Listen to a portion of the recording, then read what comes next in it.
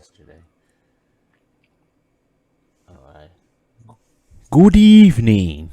Well, it probably won't be evening when this review is out. It'll probably be afternoon. But as you all know who I am Franchise History TV, and my guest is Gaming with Kyreezus. What up?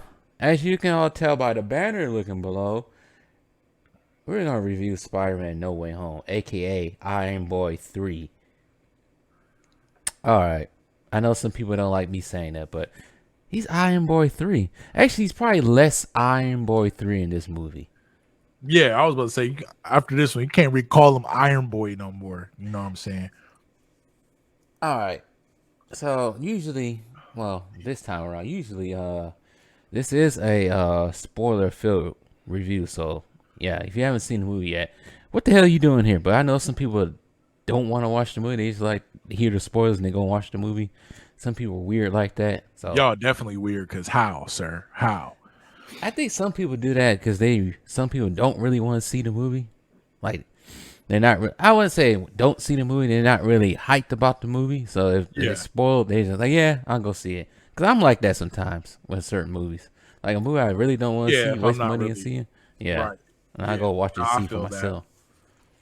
That's how some people are. Yeah, I could have did that with Venom because Venom was trash. But I know you like Venom. Yeah, I did. Simply because Carnage in it, but Carnage didn't have enough time in it. Yeah, that's the whole thing. Like, I'm a big fan of Carnage, but enough of that Spider-Man movie. Yeah, enough of that Spider-Man movies. This is all separated. Let's dig in. So, we all start from the top to the bottom, as they always goes with these movie reviews. Actually, I haven't done it since then. I think my last few movie reviews have been just straight up what I feel like. I haven't gotten into it, but this one I will get into the whole thing because it needs to. Definitely. So, like the video. I was about to say like the stream, but it's not a stream. Technically it is, but like the video. On my soul, bro, like the video, bro. Support your guy, bro. I meant to say right before we got on, I actually watched that Chisel Downers video with the Detroit self-defense guy. Man, I've been waiting for him to drop that, so I can't wait to watch that. That mess was hilarious. I'm like, wow, he gonna get somebody killed. Yeah, the way you laugh, right? somebody definitely gonna get murked. Like there's no way. Don't let that man fool y'all. Just give up your belongings. Take your socks off because you're probably taking everything and take your ass home alive. Don't be like self-defense man. Self-defense man gonna have you pleading your case in heaven. Talk about, damn, how I died. Where my socks go? They can go to heaven with no socks. The funniest one, a little spoiled. The funniest one about that whole, he showed like a whole bunch of videos just roasting it. One of them was like a dude trying to kidnap a kid. Oh my god, that's the worst one. And the mom held the kidnapper's head. He backed up and waited like, I don't want no more. I'm like, really? Is that going to really work in real life? No, like she tried to put the kidnapper on timeout, basically. Like that's what it looked like. Get in the corner, nigga. Bad kidnapper. Bad kidnapper. Bad. All right, I'm bad. Let me get. Hell no. They gonna beat that woman up and take the kid. They might just take the whole family. Yeah, motherfuckers rough these days. I see a Batman situation going on in the alley where you try to do that. Somebody gonna get blasted. And it ain't gonna be no pearls dropping. It might be, but the kid ain't gonna become Batman. Nah. The kid gonna become something else. We ain't gonna talk about that though. But yeah, let's start with this review. I had to bring that up because I saw that. Let's get into it. I'm gonna watch it after this too. Oh my goodness! I wish we could watch it out here after we're done, but I think they might catch me for a copyright strike. That crap was hilarious. Watch Detroit self whatever you call himself. Oh man. I don't know, but let's get into this movie. So this whole movie starts off. Actually, the opening credits were quite interesting. Sony made sure to say, this is our movie. This is our character. Disney, you get the scraps. Because we had them first. That's what the opening credits kind of told me. Because they opened it up with the Sony and Columbia and everything. And then at the end was Marvel, Disney. I just thought that was kind of weird. Yeah, and now look, after this movie, Sony can have all the credit. Oh, you know Disney wants some of that money. That's what they was arguing for before. Disney, how much more money do you need? You know, at times it didn't feel like an MCU movie. Bro, seriously, it didn't. It really did not feel. I feel like most of the time it didn't feel like an MCU movie, honestly. No, it didn't. I think they got rid of some of the MCU elements. Yeah. I'll talk about one MCU element that I saw towards the end of the movie. We'll talk about that later. But so basically, this whole movie picks up with right where Far From Home ended, with everybody. Well, with Mysterio trying to frame Spider-Man for his death, and you got J. Jonah Jameson yelling and screaming the whole entire time. And yeah, you got that happening. I was thinking about J. Jonah Jameson the whole time. Like, you was just Commissioner Gordon, fool. Fool went back to be J. Jonah Jameson. A bald one, in fact, too. I usually like his banter, but he was annoying in this movie. I'm like, shut your ass up. Yeah, he was kind of annoying. Yeah. He was acting like a tic-tacker. Yeah, he was. I love the studio that he was in. He was in that broke-ass studio. But anyway, so Spider-Man's revealed to be Peter Parker, and everybody's going either they love him or they hate him. And it's weird to see people love Mysterio for some reason. Really weird. Like, and it's like, why are you loving him? Because, like, really, to me, Jake Gyllenhaal wasn't, well, I wouldn't say he wasn't a good Mysterio in the last movie. I just didn't like how they did it in the last movie. So, well, I was kind of like, yeah.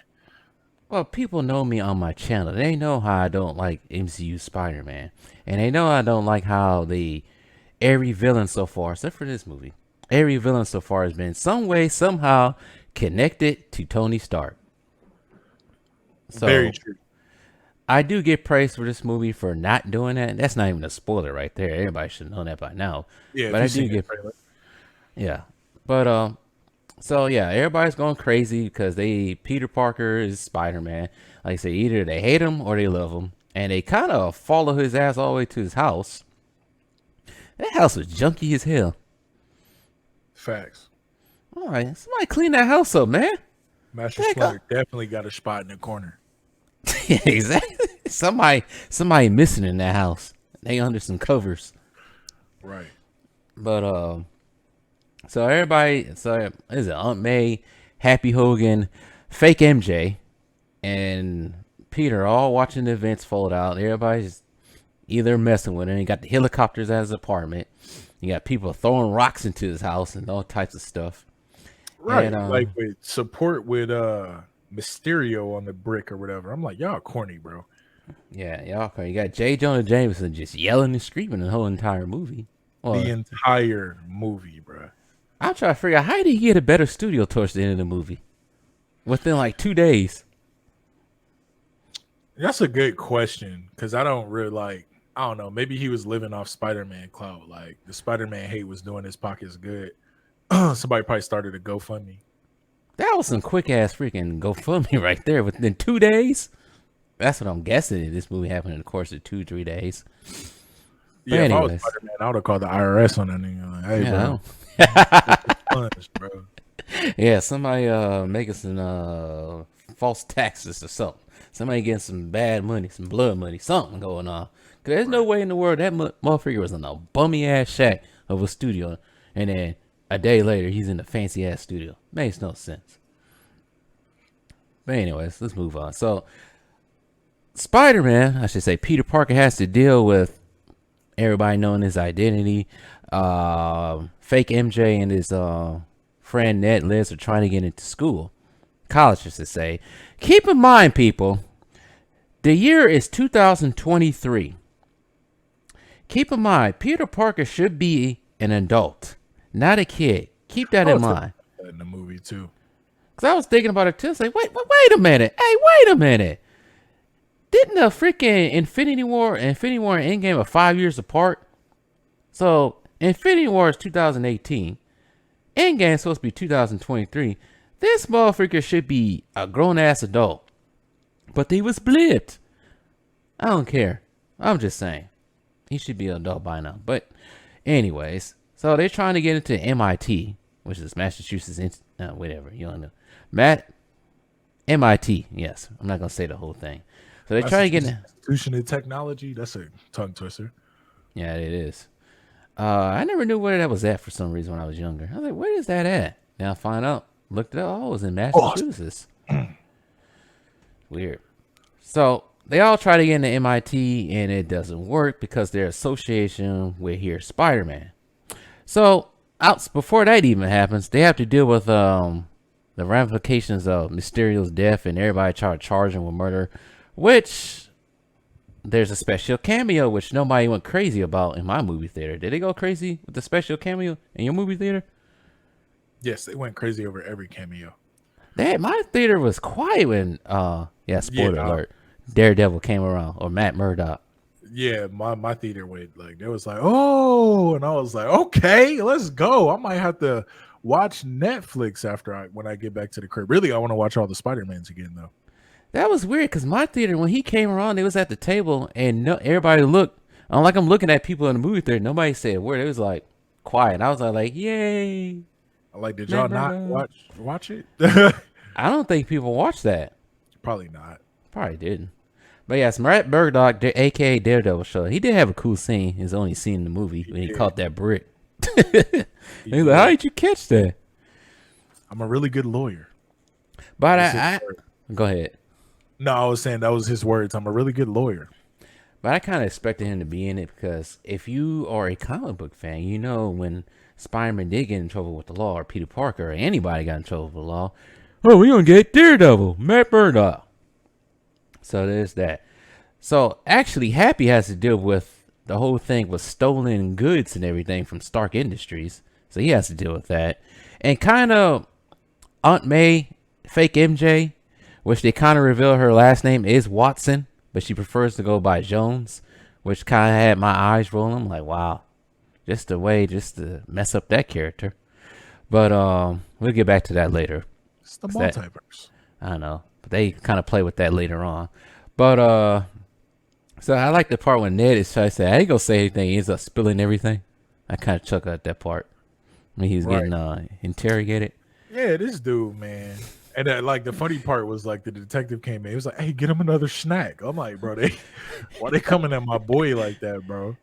I don't know, but the actor, I forgot pronounce his last name. I know his first name is Jacob. He actually lost weight for this movie. He lost like 102 pounds. Wait, like, who? damn. Ned Leeds, the actor who plays Ned Leeds.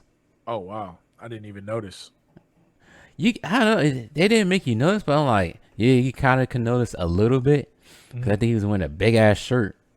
But you kind of can notice from the first and second one to now. And he lost some weight. But yeah, I thought that whole interrogation scene was funny. What else happened? So basically, after the interrogation scene, so basically, yeah, you got so they did the interrogation scene, and then Matt Murdock popped up. Yeah. And then after Daredevil popped up, what happened next? Did we? That's when they tried to get the letters, and then they all got denied. Yeah. That's when Peter had the bright idea to go to Doctor Strange and ask for help. But before we get to Doctor Strange, I don't know if anybody else noticed this, because I noticed it because I was looking all around, but it was a part when he first went back to school, right? And he's going through the whole crowd, and you had Flash Thompson, which is not really Flash Thompson. That guy is not Flash Thompson at all. Yeah. Also, shout out to JB Smoove in the movie, man. Them dudes was funny.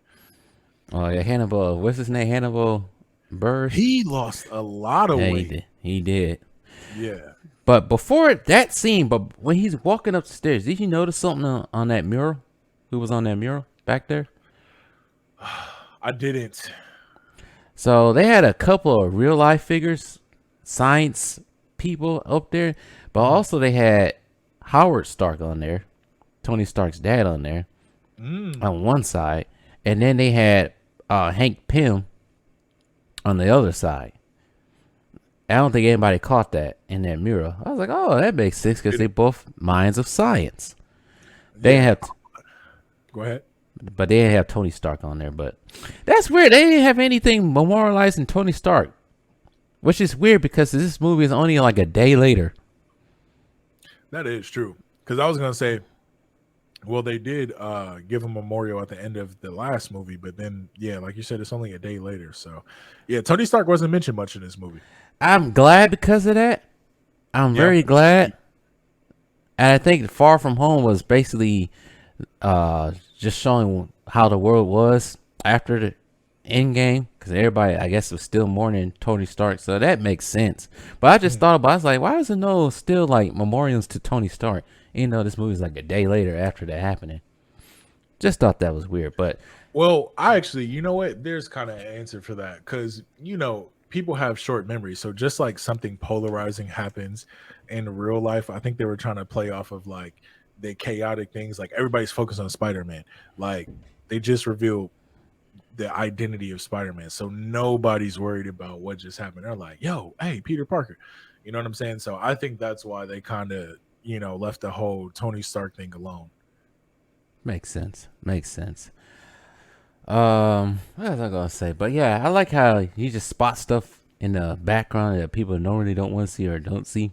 I just saw that, but thank God it was limited limited just Tony Stark. And the only thing you really got Tony Stark was they showed Stark Industries and you had a couple of things of Stark Tech, and that was it. Yeah, basically. But also at the same time, it's probably at the same time when they I'll get to that later. I get to that later when you start talking about the our villains from a different universe. Heat. But yes. So as we all said, Peter decides he's like, you know what? Since I do know a supreme wizard, sorcerer, I'm gonna go to him and maybe he has the spell to wipe everything out that came before he actually plans on doing this. So he goes to Doctor Strange, which the whole entire sanctum is filled with snow because I guess Wong didn't know how to what he say, put the dampers out, make sure the snow don't blast in there. Yeah, it was something about some portal or something like that. Yeah, because it was in Siberia or something like that. Yeah. But everybody was trying to say when the trailer first came out, oh, that could be Mephisto. I'm like, nah, that's not Mephisto. Why would Mephisto want? I know Mephisto has had some dealings with Spider-Man in the past, but y'all no, Mephisto's not gonna be in this movie. Could be a foreshadow too, possibly. Who knows? It could be, but I kind of thought like when that scene happened, I was like, no, Mephisto's not in this movie because Yeah. what we have to gain to mess. Well, I guess what would he have to gain? If he wanted to mess this Peter Parker's life up, he could have did it himself. He wouldn't have to do a spell. But anyways, we'll get to that later. So, you got a little banter between Doctor Strange and Peter Parker. And Doctor Strange decides, maybe I'll help. Your life is sad, kinda. That's basically what he kind of did. So, they do the spell. I forgot the name of the spell. And Doctor Strange started doing the spell.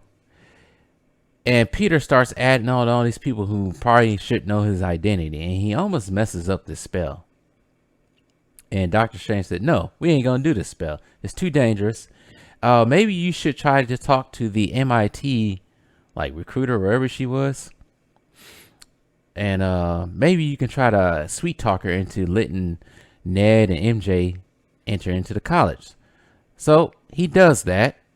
And he gets all nice and dressed up, but in order to see her, find her, he has to try. I don't know about nice. That boy's suit was wrinkly, like he took a No, it wasn't nice. That motherfucker was wrinkled as hell. I was trying to be nice. I was thinking about what I was saying. Yeah, that suit wasn't really all that nice. The suit looked like how my dad came to court that one time.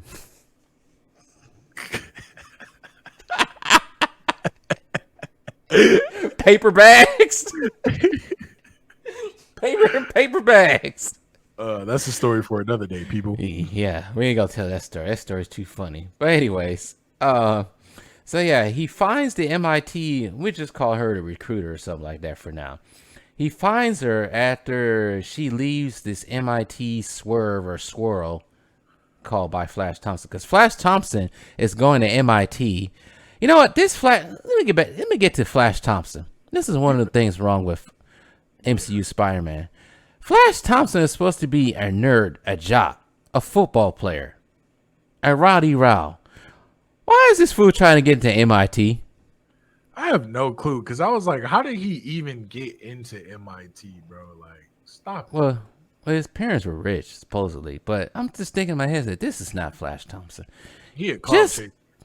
Yeah, That's he is he's a Thompson. big time cloud chaser, and the worst kind too. But I'm just thinking like this is not Flash Thompson. Flash Thompson is a bully. Flash Thompson is a football player. He's a jock. So you're never gonna get an Agent Venom here. Maybe you might. But anyways, yeah, maybe not with this one. But And he got a little bit. It looked like too. what do you say? He gained some weight too, so Yeah, very opposite of it. But if you just look at the Flash Thompson that was in Tobey Maguire's Spider-Man, aka Deathstroke, I never could pronounce his last name at all. But I just know he's married to Sophia whatever her name is. Can't think of her names right now. Lucky bastard. But anyways, Deathstroke was the real Flash Thompson in Tobey Maguire. But anyways, so Peter finds the MIT recruiter, wherever she is, and he tries to sweet talk her into letting MJ and Ned into MIT. Once again, MJ was never a big smarty. She was more of in the comics, she wanted to become a model, an actress, all types of stuff. Do with glamour. Yeah, but we can't have that happen. She has to be smart and nerdy. But I do give it this, though. I do give Zendaya for her performance in this movie. She kind of made that character open up towards the end.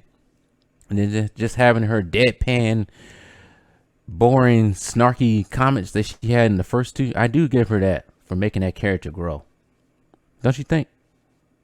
Yeah, I definitely think her acting is growing, especially considering like the work she's been doing lately. Like her acting is definitely getting a lot better. Yeah, it is. So give big props to her. See, I'm not always negative on this channel. Everybody think you don't like anything. Well, I don't like where Hollywood's doing right now with some of the movies.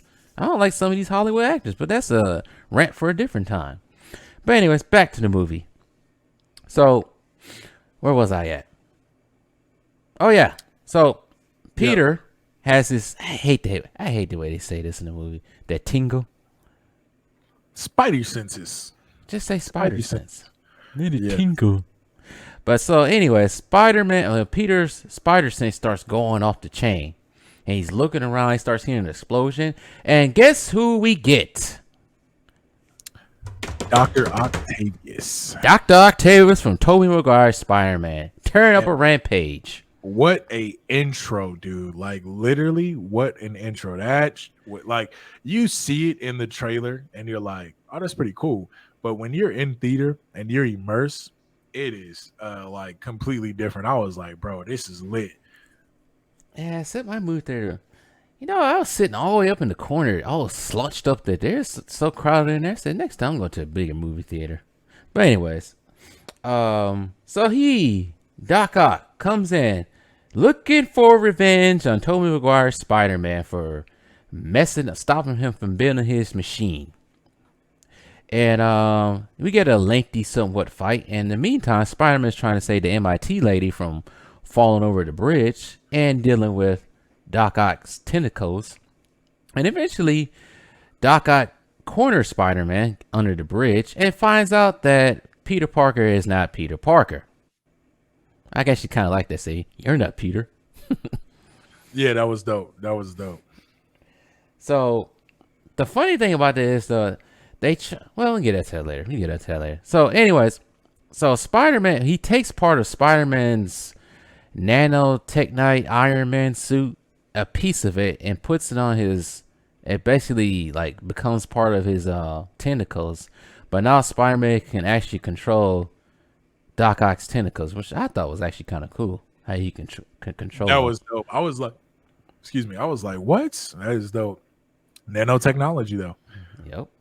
So the fight is over, and I think they do get on top of the bridge. Yeah, they get on top of the bridge eventually, and Peter's spider sense starts going off again after a little banter with Doc Ock. Also, his the MIT changes her mind about MJ and Ned and decides she might give them consideration after Spider-Man saved her life from falling over the side of the bridge. So that works out. But Spider-Man's spider sense is happening again. And guess who we get this time with his loud laughter and a pumpkin bomb? Jeez. Norman Osborn, Green Lantern, which is a shock to Doc Ock because he thought he was dead. And then all of a sudden, before anything can happen, Doctor Strange transports Doc Ock and Spider-Man to the Sanctum, actually to the dungeon of the Sanctum, where we meet, well, Doc Ock is put into a prison, and we meet the Lizard. And I forgot actually what happened to the Lizard in Amazing Spider-Man. Bro, I don't even remember. That's why I was like, I gotta go watch these movies again and figure out because I don't remember. But that scene was dope. William Dafoe, man, killed that role, man. Again, like, yeah, it sounds like he was born for that role. It seems like everybody wants him to be the Joker, but I'm like, no. Well, he might be a good Joker too. I still, we're still looking for somebody that'll be able to reach that Heath Ledger status. Well, let's say this. So Michael Keaton is becoming Batman again. Maybe they can get him to be Batman. I mean, Joker. Because I think Jack Nicholson is retired anyway. So, there's that. And they're trying to do the same thing with in the DC too with the whole multiverse thing. Mm-hmm. That's why we got 4 Superman. Probably gonna have 3 Batman. Well, now we got 3 Batman. Because Ben Affleck is still listed as being Batman. And Michael Keaton's supposed to be coming back. So, yeah. I heard about it. So, yeah, we got the same situation with Spider-Man with Marvel as in Batman right now. So, that's kind of weird. But anyways, back to Spider-Man. So, Doctor Strange is not happy. Because he had to capture the Lizard, too. And he locks the Lizard in the cage. So now it's Doc Ock and the Lizard in the cage. And Spider-Man's next whole mission is to work with Ned and MJ to capture the Green Goblin who's on the loose. And so they go do that. Well, Spider-Man goes do that. I was confused on what suit he was wearing when he went to go do that. Yeah, I don't know what suit that was. I've never seen it before, but I think it's something they just strung together in the basement. But I think I figured it out. I think it's the one he had one he had at the end and the beginning. Because remember, he got hit with paint with that one. And I think the fabric he took off and the inner structure, that's what that was. The inner structure of that one. That's what I'm guessing. Well, because I May cleaned his suit and gave it back to him, though, the one that had paint on it. But you know what I'm saying, though? I think the one that had paint has like 2 layers to it. Like it has like the actual colors of Spider-Man, his normal colors. And then it's like a light exoskeleton under it. That's what I think it was. Thought that was. Because people thought that was a symbiote. So I said, that don't look like no symbiote suit. And where would he get a symbiote? That's what I'm saying. But we didn't know anything at that point when we saw it in the trailer. But I was like, no, I don't think that's a symbiote suit. I think that's something else. Some other weird suit he got. So he uses that suit to go look for Green Goblin. And guess who he finds out in the middle of a forest with a whole bunch of electricity. Or a whole bunch of, what do we call those? I can't think of what they call. Damn it. Antennas. The power lines? Power lines. So he get in the middle of a forest with a bunch of power lines surrounding him. And guess who? Actually, I like how they set up too, because they set it up. You see like the ground moving around them in the darkness. But guess who we meet in the forest? We meet 2 people. Electro Sandman from Tobey Maguire. So we meet those two. At first, did you really call that a fighting scene? Oh, nah. Probably a little squabble, but it I was guess you call it cool. a squabble. Yeah, it was cool seeing Jamie Foxx and Sandman. I know why Jamie Foxx ain't want to go back. That boy had a crispy ball fade. I would have stayed in this universe too, bro.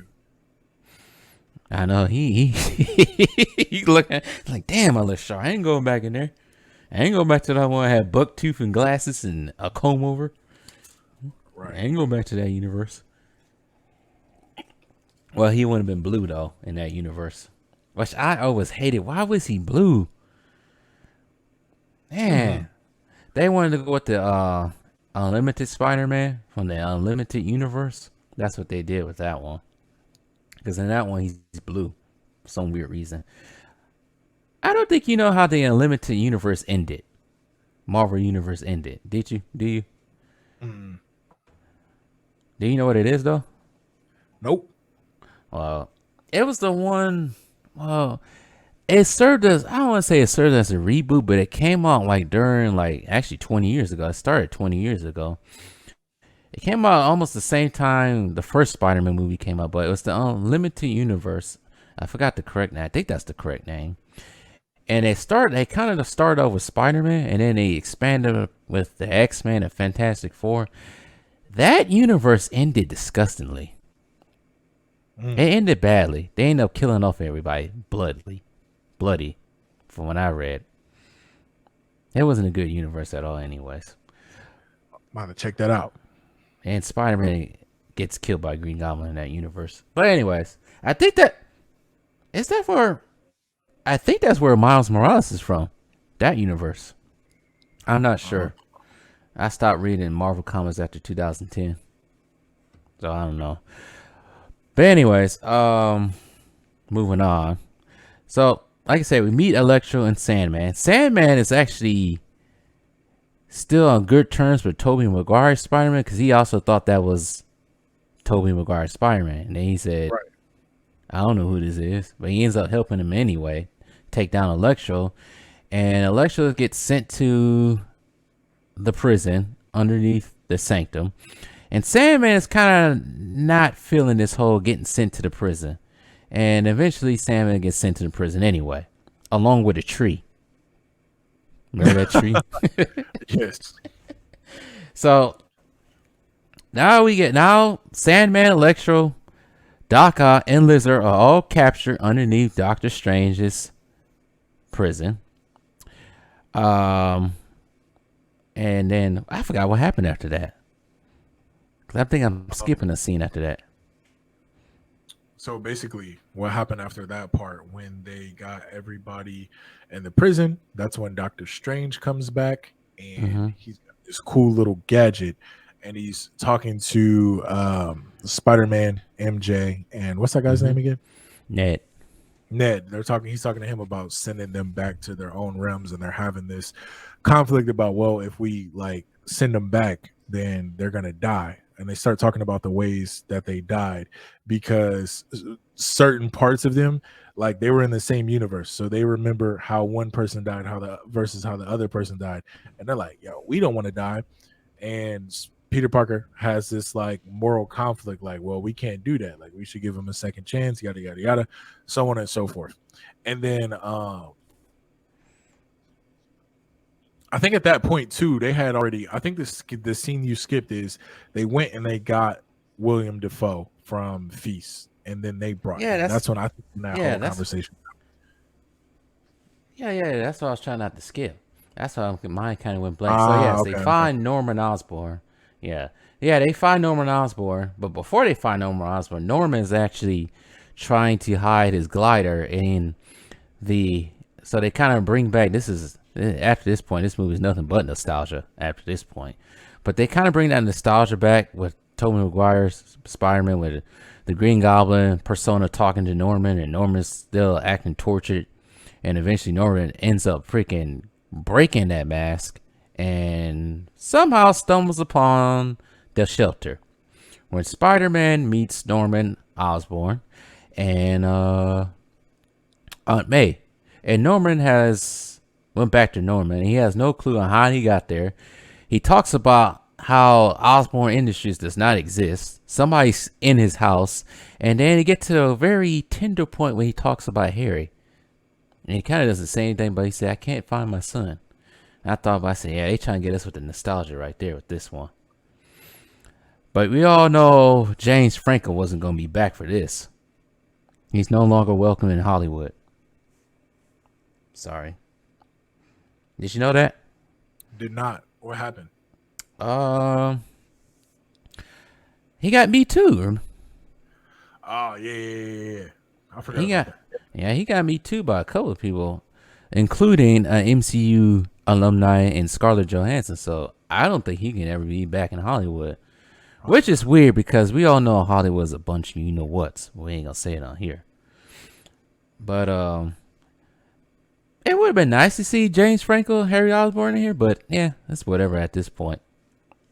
And so now, I guess Norman goes back to, goes with Spider-Man to the Doctor Strange prison. He ends up putting not Doctor Strange, but Norman in that prison. And that's when you get the whole squabble with sending them back. Right. But that whole part when they was talking about they don't remember what happened to him, I was like, damn, that brings back the feels right there, nostalgia. That reminded me of memes too. Like, you know how like they be having certain memes, like something happens and then they wake up at a various person's concert that may have passed away, or a various person's basketball game that has passed away. Like they was like, yeah, I was doing this and I was doing that, and then I woke up here, and it was like they kind of reality said like, oh dang, I did die. Like, so that was pretty crazy. Yeah, that part was kind of weird. I was like, damn. So he was talking about, I almost had Spider-Man by the neck. Now I don't remember what happened. I'm like, damn, that brings back memories. But we all know that towards the end of that movie, Doc Ock decided, oh, maybe making this machine is not a good idea. Maybe I should die with this machine by sending it into the river before the whole New York gets sucked up into it. But anyways. So, like I said, he had this whole squabble with Doctor Strange and Spider-Man dealing with, can we call them the Sinister Six? I guess you can call them the Sinister Six somewhat. But the scene I laughed at was when Norman said, I'm actually quite a scientist myself. Because that's been memed so much these days now. If you ever seen that meme? I don't think I have. That meme was hilarious. But that's a callback to the first Spider-Man when he says that he's talking to Peter before Peter gets bit by the spider. So everybody actually kind of laughed about that scene right there. Because if you remember those movies, you will laugh. The funny thing about me being in this movie theater, though, because at the bottom of the movie theater, as I'm coming in, there's a whole bunch of kids in there. Probably like 10 years old, maybe 12, maybe a little bit younger. And I bet some of them probably have no clue who these characters are and where they come from. Man, that is true. I didn't even think of that. And I mean, you know, like for me, like my crowd, it was like mostly teenagers, so they definitely could have had a chance to see the other Spider-Mans, especially if they were like into the MCU. At a certain point, they probably wanted to watch the other Spider-Mans and, you know, get a chance to see who all these other characters are. Because my theater was going crazy at like every review. So yeah, nobody really went crazy when everybody was all the villains were introduced. There was, like I said, when I kind of was like, damn, this is a cold theater. Because they ain't saying nothing when Daredevil showed up. And they ain't do anything when these people showed up. But I can tell most of the crowd is younger. Like, I looked at the bottom row. I'm like, yeah, these kids have no clue about Tobey Maguire's Spider-Man. And probably have no clue about Andrew Garfield's Spider-Man. Because either one, they weren't alive for Tobey Maguire's Spider-Man. Or probably not even for Andrew Garfield, or even know what Andrew Garfield's Spider-Man is. But so then we get a little. I actually like the scene just a tiny bit. Then we get a little squabble with Doctor Strange and Spider-Man dealing with the what they should do with the Sinister Six. Because Doctor Strange thinks they should go back to their respective universes, even though they do die. They should die because that's what destiny is. I don't think the Lizard died. I just don't know what happened to him. Sandman doesn't die because he goes somewhere else into space. And we all know the other couple that die. We know Norman Osborn dies, gets impaled by his own glider. Doc Ock sacrifices himself, and Electro goes bye-bye too. So we get this whole magic squabble with This is the part. That part was kind of cool, but at the same time, it's like, how does Spider-Man know how to, like, when he knocked this freaking soul out of his body, and he was still moving with that box with his arm like that? I'm like, how did he know how to do that? Yeah, that's pretty cool. They didn't get to an explanation of that, but Doctor Strange was kind of wondering, like, yo, what the heck is going on? Like, how is he doing that? So, yeah, I don't know. Like, I have no theories on how he was able to do that. I'm gonna have to do some research on that one. Yeah, they made that a little bit too easy with that. But he gets sent to the mirror. They have this fight in the mirror realm. Which is how they, you know what that mirror realm scene kind of remind me of, though? What's that? You remember, have you played Arkham City? I didn't beat it. How far did you get in that? Wait, no, that was, I don't think I beat Arkham Knight. Arkham Knight was the one where Robin ended up being old boy, right? Yeah, Jason Todd was, yeah. Okay, yeah. No, I played Arkham City, yeah. You know the part when he's fighting, before he fights Ra's al Ghul, he has to do that test, fly around that dilapidated Gotham? Man, I haven't played that game since like 2012, so I don't really remember. Well, anybody who played Arkham City, there's a part in the part in the game where Batman has to do the League of Assassins test in order to meet Ra's al Ghul. And he kind of has to go through this weird, hellish, it's a hallucination due to a drink that he had to take, but it's this weird, hellish look of Gotham. He has to fly around in it. And, for anybody who knows that played that video game, that's what this scene kind of reminds me of, with the whole mirror around with Doctor Strange and Spider-Man fighting over the box. So we get a whole fight with that. Probably lasted about 5 minutes. And Spider-Man gets the upper hand because he uses math, which I thought was too easy right there. I'm just going to use math to beat a Sorcerer Supreme. Keep in mind, Doctor Strange is not Sorcerer Supreme anymore. It's Wong. Because Doctor Strange was dust for 5 years. Now they're dust. Yeah, so he lost that label. I don't know when he's going to get it back. He probably might get it back with his sequel coming out soon. We'll see. He was out here fumbling the magic tricks. I don't think he should ever get it back, bro. I know. They made him. That's one thing that bothered me. They made him look like a bum out there. So I feel like it was like two dynamics. I feel like, yeah, he was making some mistakes, but also it shows you how much power Doctor Strange really has in this movie. So first off, Doctor Strange is like one of my favorite characters. Like, that dude's dope. But they really, really kind of give you an idea of like how much power this dude has in this movie. Well, I'm just saying, it's like, I'm thinking about it. I'm like, okay, you had Doctor Strange, the first one. He's a novice at it. He gets better throughout the whole entire movie. Then you get Infinity War. Infinity War, he's going toe to toe with freaking Thanos. Thanos is actually scared of this motherfucker. And then we don't see much of him in Endgame, but even Endgame, he held up the water from flooding the whole battlefield. And then all of a sudden, this movie, he can't beat a 17-year-old. Yeah. I'm like, that's weird to me how writers be doing that. But they only do that, of course, for movie reasons and plot reasons. Because if Doctor Strange was supposed to be the Doctor Strange he's supposed to is, Peter wouldn't accomplish what he wanted to do at all. Yeah, I don't even think they would have got to the fight part. Yeah. But, of course, then there would have been no movie. So that's true. So, plot reasons only. This is the only reason why this actually happened. So, Spider-Man ends up defeating Doctor Strange due to math, locks him in his own mirror realm, and gets the box back. And Spider-Man decides, I'm going to save the Sinister Six. Well, yeah, I'm going to save the Sinister Six. And all of them are kind of sketchy about it. Norman agrees to do it because he says, I'm quite a scientist myself. Doc Ock is kind of sketch with it. So is Electro. And Lizard is kind of like whatever about it. And Sandman just wants to go home. So he breaks them out of their prison. And they go to Happy Hogan's nice condo. Very nice condo. So they go to the condo.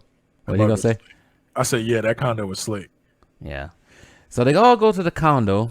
Not MJ and Ned. They go somewhere else. But Aunt May is there also too. So they all go to the condo, and they still squabbling with Spider-Man, this version of Spider-Man, trying to send them get rid of the element. So they're trying to turn Norman back to normal, trying to turn Doc Ock less cranky by letting him control the tentacles, because back in Spider-Man 2, he always said he heard voices from the tentacles. So they're trying to get rid of that. They want to turn Sandman back to normal. Lizard decides to stay in the truck, the feed truck, for some weird reason. And Electro, and he decides he's going to turn Electro back to normal. But all of them are dealing with, especially Electro and Doc Ock, they're kind of don't want to do it because Electro likes what he looks like now, because he's look like a smooth. He got the fade. He look all smooth and ladies man now. Boosted. Look like Jamie Foxx, but it ain't supposed to be Jamie Foxx, but it is Jamie Foxx. And Sandman, once again, he's kind of like, yeah, whatever. So they end up using Stark Industries, which is basically, you want to call it like a mobile lab? That's what it seemed like it was. Yeah. There's a mobile lab in a box that expands out and busts out the kitchen wall. And so we get some camaraderie with Norman Osborn and Peter Parker. And they their first test subject is Doc Ock. So Doc Ock can now control his tentacles and don't hear the voices anymore, because they made some type of device so that doesn't happen anymore. Doc Ock is now all happy and joyful now. He's not cranky anymore. Electro gets this round monitor thing that I guess is supposed to zap up all the, electricity out of his body. And Norman, this is when I knew something bad was going to happen. The way Norman turned around. Remember that scene? Mm-hmm. Yeah, this is when I knew something bad was going to happen. Norman's supposed to go back to normal, so you don't have the whole bipolar thing anymore. And it seemed like it's going to work. And then they had this weak-ass weasel, J. Jonah Jameson, outside, because throughout the whole course of the movie, up until this point, he has somebody trailing Peter on everything he does. So they find out where he lives at now, because they end up moving from their apartment to Happy's nice condo somewhere in New York. I don't know where. Just to keep that in mind. So next, Spider-Man has another spider tinkle, as they call it, or spider sense. And I actually kind of like this scene, because it's kind of make your heart kind of jump, because he's looking around slowly and you got the music. This film was actually they filmed this movie kind of different. It was kind of filmed with that shaky cam, which I'm really not a fan of, because it makes me dizzy sometimes. But they did it in a way where it didn't seem so shaky, because I like the way they just filmed the scenes looking around and everybody's like, what? And then eventually treachery happens. Because the scene kind of builds up with Aunt May running back into the lab to get the thing that can cure Norman. And Norman decides he's going to play villain again, because now keep in mind, he's bipolar, and now the Green Goblin persona takes over. And this is when the action movie starts getting great, because Norman just freaking fucks him up badly. Man, I feel like he was probably, I don't know why, but I feel like he was probably stronger in this movie than he was in the other ones, it seemed like. That's what I was thinking. It's like, why did this motherfucker become Superman all of a sudden? Go ahead.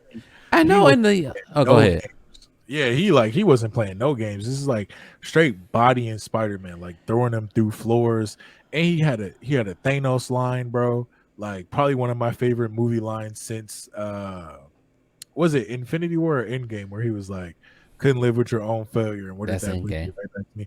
Endgame. So the quote that he said in this movie after he got done mopping the floor with Peter is like, your weakness is your morality and it's choking you. I said, oh, that's some Watchmen Joker type quotes right there. But so a fight breaks out. It's weird that Electro just dips out of there along with Sandman. Lizard breaks out of the truck Lizard, I forgot about the whole lizard scene down on the truck because he basically kind of sets it off, saying it's showtime. Lizard goes crazy, starts tearing up stuff, and we get the first fight between Norman and Spider-Man. Norman, or Green Goblin at this point, is just throwing around freaking Peter throughout the whole entire condo, upstairs to downstairs, left to right.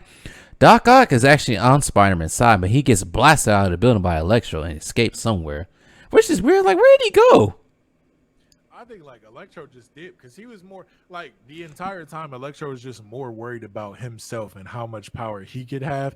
He didn't really care about like none of the other dudes. He just wanted to do his own thing in this universe. So when the opportunity came for him to dip, and Norman Osborn gave his little speech, and like him and Sandman were feeling himself, he's just like, oh yeah, I'm gonna go do my own thing. I don't know what y'all about to do, but I'm gonna go get powerful. Like, so. Yeah, they really didn't work together. It was kind of like everywhere. Because Doc Ock, once Doc Ock got blasted out of the building, it's like, where did Doc Ock go? That fool dipped out of there. He said, bye. I don't got time for this. I ain't trying to scrape for you anymore. So, like I said, back to the fight with Norman and Spider-Man. This fool is just basically getting thrown up all across the stairs. I'm like, damn, why is he beating up a kid like that? This is child endangerment. Somebody call the... Watch this. Somebody call the... Police! Police! Help! Police! Help!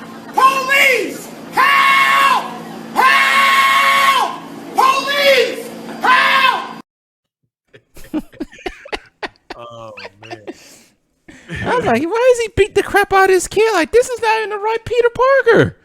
This is Peter Parker from a different universe. He beat the crap out of him. It's like, damn.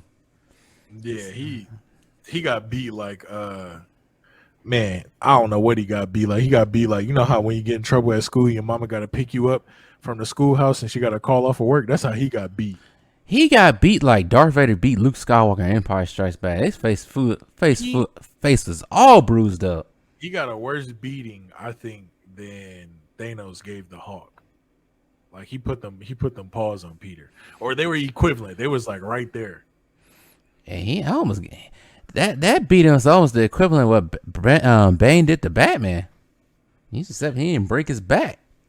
Yeah, I'm surprised. Like, I think he broke his ribs though. He said he broke his wrist, but the thing about Spider-Man, he has supposedly have accelerated healing. They never really show that in the movies. But he's supposed to have accelerated healing. Unlike Batman, he's just human. But anyway, so this is when the movie kind of gets cool, because Norman is just like now fulfilling that whole Green Goblin persona. And he actually looks like the Green Goblin from the comics, exception of the mask. But he actually looks like him. Didn't you see that? Yeah. And so when did he send that line out? That awesome line out? Was it he was beating them through that at the end? All the way on the ground floor, like basically when we didn't get to that part, but the whole situation with Aunt May, but it was like right before that part. So yeah, J. Jonah Jameson's outside watching all of this, and he's sitting there like, what the heck is going on? But of course, the Weak Weasel has a whole story to produce out of all of this. So most of the villains end up freaking going off on their own, escaping somewhere. But Norman, like I said, he's pelting Spider-Man up. He gets on the glider, and the glider hits Aunt May. And Norman throws a pumpkin bomb. Spider-Man tries to catch it before it hits Aunt May, and the whole lobby explodes. So, Spider-Man recovers. He seems to be okay. He's battered and bruised. Aunt May gets up. She seems battered and bruised.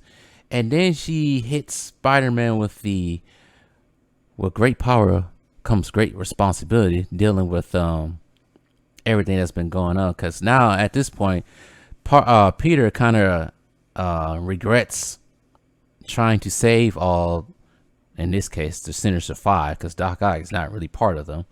But the Sinister Five, he regrets saving them. He should have just did what Doctor Strange said to do. See, that's why you gotta listen to your elders, to people who know something, because they know what they're talking about. And so, if he did listen, then we wouldn't have got this amazingness. Then we wouldn't have had the movie. But anyways, so moving on. So Aunt May is giving him a speech, gives him the with great power comes great responsibility, and then she slowly falls to her feet, and it appears that she has been stabbed by the glider, not the same way that Norman Osborn got stabbed with his own glider. I think it just kind of like brushed her, because it didn't really impale her. That was the weird thing about it. It seemed like it just hit her. Didn't it seem like that? The crazy thing is, I didn't even see that part because I was like looking at so many other things. I didn't see that part because I was like, what did she get hit with in the movie? I didn't get to see it. Like you see like the blades coming out, but you don't see her like getting hit with the blades. It looked like it just brushed up against the side of her. But Aunt May is dying, and eventually Aunt May dies, unfortunately. And Peter is beside himself.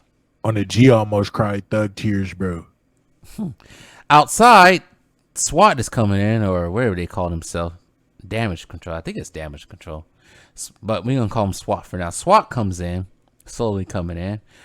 Happy comes back, because Happy's not happy, because he sees from the video surveillance from his apartment that there are 6 people that he never seen before in his life now in his apartment. So he's on his way back. He sees Peter mourning Aunt May's death, but Happy ends up getting arrested by the SWAT for some reason.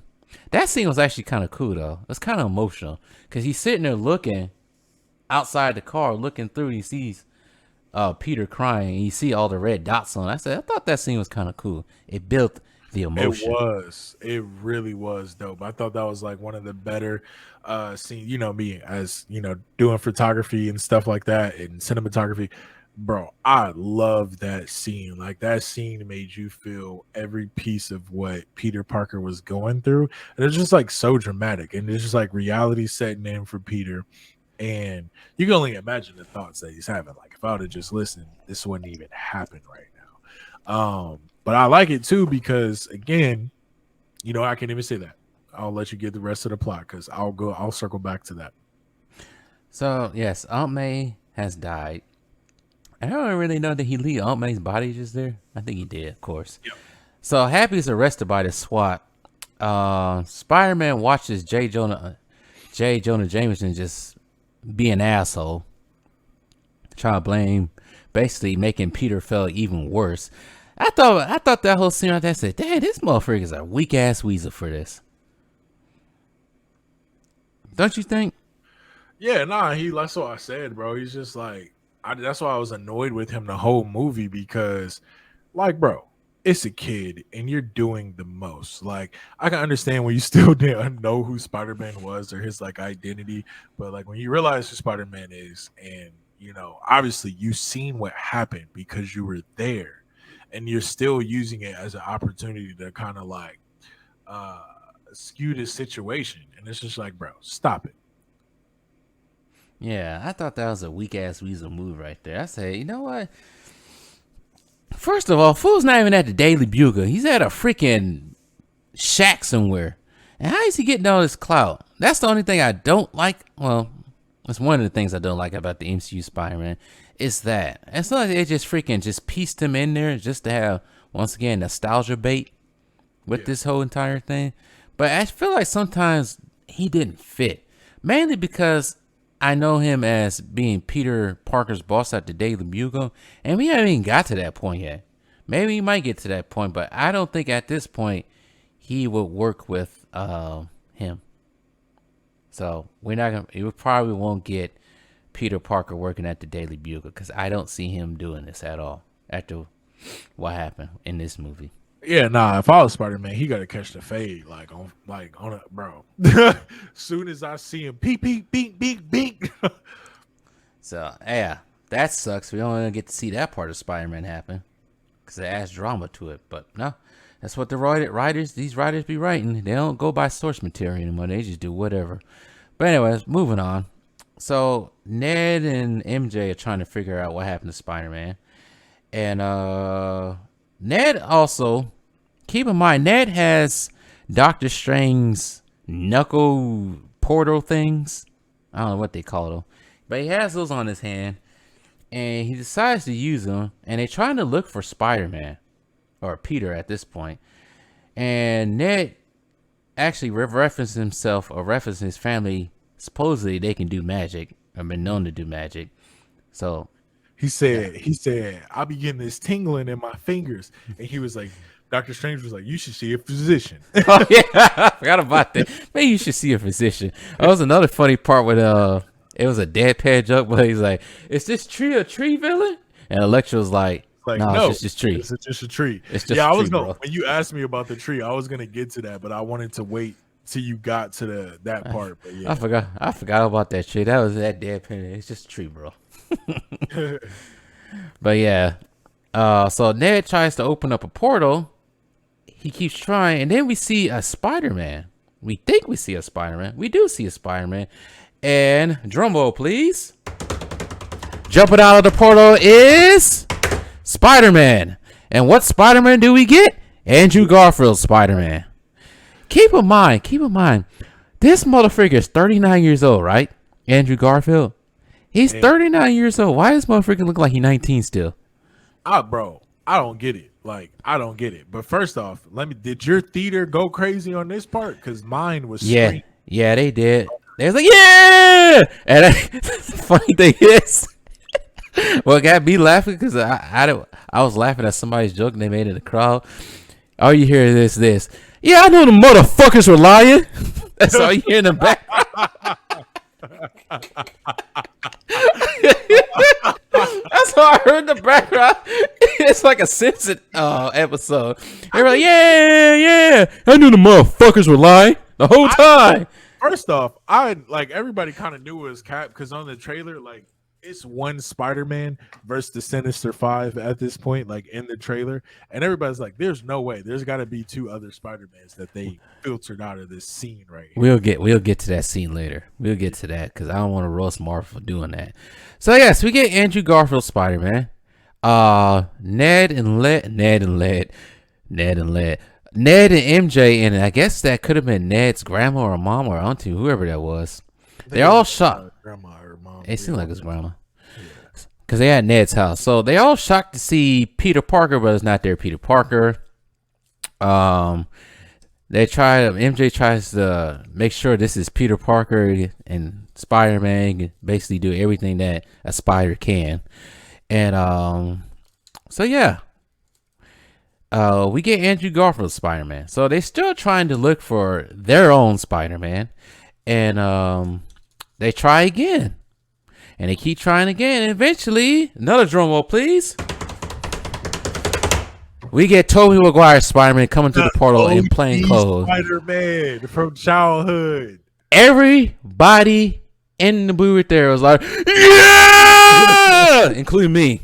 I was like, damn. I haven't heard a movie theater this loud in a long time. In a long time, bro. The last time I heard a movie theater that loud was Infinity War when it was like Avengers Assemble, and then everybody came to give Thanos that work. That was Endgame. Endgame, yeah. I did. You said Infinity War. Oh yeah, my bad. But yeah, that's the last time I've heard a theater that loud. Yeah, nobody, because I went to a late show for Endgame. Nobody really cheered like that. I had more people going crazy in Infinity War. Oh my goodness. That was probably the worst movie experience I ever had. Was Infinity War. I thought it was Hancock when that came out. No, Infinity War over eclipsed that. Hancock sucked. I know. Every time something happened in Infinity War, you hear people just crying. Like when Spider-Man died, you hear above me. I'm like, are we? How old are we right now? Are you serious? I literally looked up this female. She's sitting there with her hand, no cap. She's literally sitting there with her hands, her face in her hands. I'm like, oh, I know you. I know you just became a fan if you crying like that. I'm like, why are you crying? Why you assume she just became a fan? Maybe she was a fan, and because like her fandom, she's like into it. Like, nah, bro, this hurt. I'm into it too, but I'm not sitting there crying. Then again, I'm You're a man. also a guy. I know. If I see a dude crying, if it would have been a dude crying, yeah, I would have checked that motherfucker right there. No, it's okay to cry, fellas. It's okay to cry in the theater. No. Keep your manhood. Keep your manhood. Don't cry in the movie theater. But anyways, we ain't gonna get into that. The whole dynamics of being a man. But anyways, yeah, people was just being loud. Like when Thor showed up, everybody like, ha! I'm like, damn, y'all loud. Like like the person next to me yelling in my ear. I'm like, dog. Boy, ain't no way you doing this right now. Why are you yelling in my ear? But yeah, that's my Infinity War experience in the movie theater. But for this movie, most of the crowd was tame, except for when Toby showed up. They was cheering like it was a football game, like the Packers just scored. Better yet, the Cardinals just scored in this case. I am in Phoenix. So Toby shows up, and he shows up in plain clothes. It's like, what are you doing, bro? Because it looked like he was on top of a building or something. Just like a youth pastor. That was fun. Who made that joke? You look a youth pastor. That joke was funny though. He said, are you gonna get dressed? Because right now you look like a youth pastor. He's like, underneath, buddy. But we get to that scene later because that scene actually had me cracking up. But I don't think anybody got that scene. Anyways, so we have Toby, we have Andrew, and so we get to that later too. So they're still trying to find their Peter Parker, and they suggesting when times got rough, Toby would hang out at the Chrysler Building, on top of the Chrysler Building. Andrew would hang out on the Empire State Building.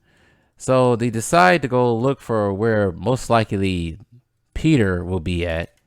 And I don't understand where he was really at, because I thought it was the same building and Far From Home when he's looking at the Iron Man mural. He was at the top of the school building, I think. It was?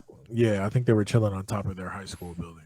Because I thought it was the building when they had the mural of Iron Man flying. That's what I thought that was. That's what I thought they was referring to. And so he's still mourning Aunt May's loss, and like children, Ned and MJ hug and console Peter. And both the other Peters, I'm just gonna call them Andrew and Toby. So Andrew and Toby introduced themselves to Peter, and Peter's kind of like, get the hell out of here. You don't belong here. He doesn't want him there. He wants to send him back. Get your body in this month. Yeah, that's basically what he's trying to say. I ain't even gonna lie. That whole scene, I kind of felt like I was like, let the hate flow through you. We'll get to that later. Don't get ahead of himself right now. I'm talking about that specific scene. Oh yeah, he was kind of angry. Like, get the hell out of here! Like, get back to where you came. I'm like, he's gonna pull a shotgun out of somewhere. That's how angry he was. Like, here, they trying to help you, brother. Yeah. So anyways, they go to the lab in the school, and this is where all three get all cozy with each other and everything, and they kind of talk about what happened. Andrew talks about how he lost Gwen Stacy, because they all trying to get on Peter's same level of sadness, of course, trying to console him, because each of these Spider-Man did lose somebody. Like Andrew lost Gwen, and actually before Amazing Spider-Man, the first Amazing Spider-Man, Gwen's dad died, and Uncle Ben, of course. And then for Toby, you have Uncle Ben, and I think he you could say Harry Osborn. That was his best friend. So eventually, like I said, they all intend to work together, and they trying to find cures to stop the supervillains from doing whatever and cure the supervillains. And this scene right here, I think, yeah, it was Toby and Ned talking to each other. And Toby tells about the time when he's talking about Spider-Man 3, when his best friend, because he asked him, who's your best friend in your universe? And he said, my best friend died in my arms after trying to kill me, as he was trying to kill me. And then kind of gets weird. I was snickering the whole entire time, just the way he was acting. He's all freaked out. But I don't think anybody caught that reference, though. Because Ned, in the comic books, is actually Hobgoblin. I don't think anybody know that. Yes, he is Hobgoblin in the books. And I think, I said this in my live stream last night, I like Hobgoblin more than Green Goblin. Maybe because of the colors, I don't know. But yes, Ned Leeds does become Hobgoblin in the comic book. So that's why he was kind of, I don't think anybody else caught that, but I caught that the way he was acting because, yeah. So we get that whole thing. Eventually they fixed, this is the part that freaking killed me. So they find cures for the villains and everything, but they find them just using random products inside this high school laboratory. Don't you think that was kind of weird? Yeah, I was like, but I mean, where else can they go? Because they don't have Tony Stark, so they don't have like money. You know what I'm saying? They don't have any resources. That's Everything true. that they, if they would have had access to it, it got repossessed from the investigation. That's true. That is true though.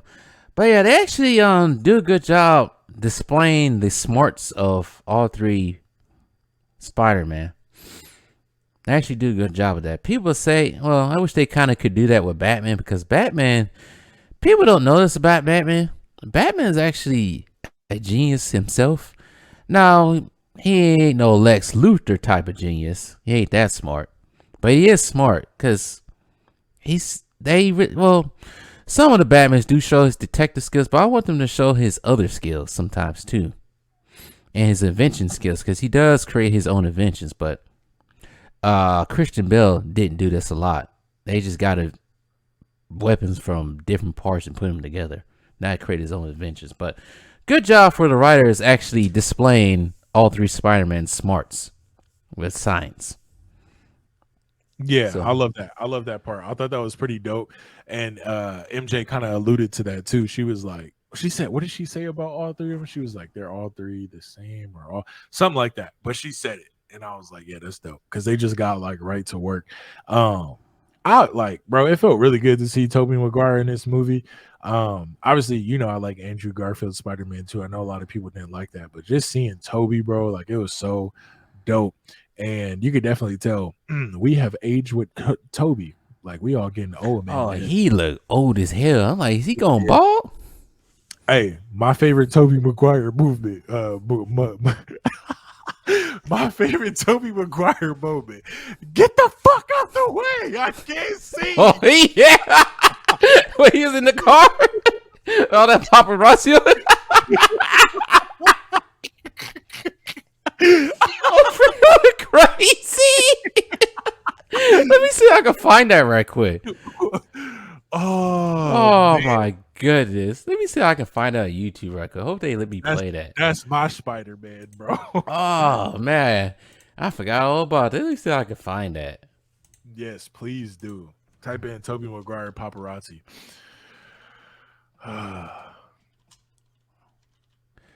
Dang.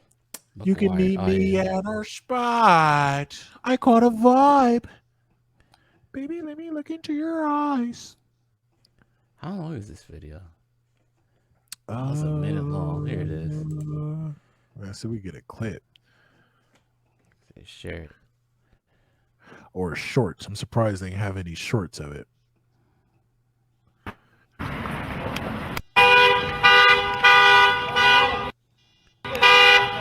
Oh, shoot. Fair use, people. Fair use. I gotta say this sometimes. I think you're covered by fair use with the recent incident that just happened. Huh?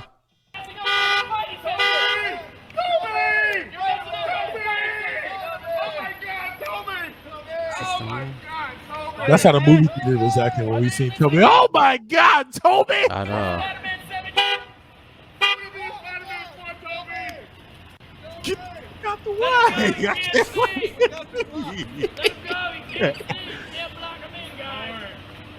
Go!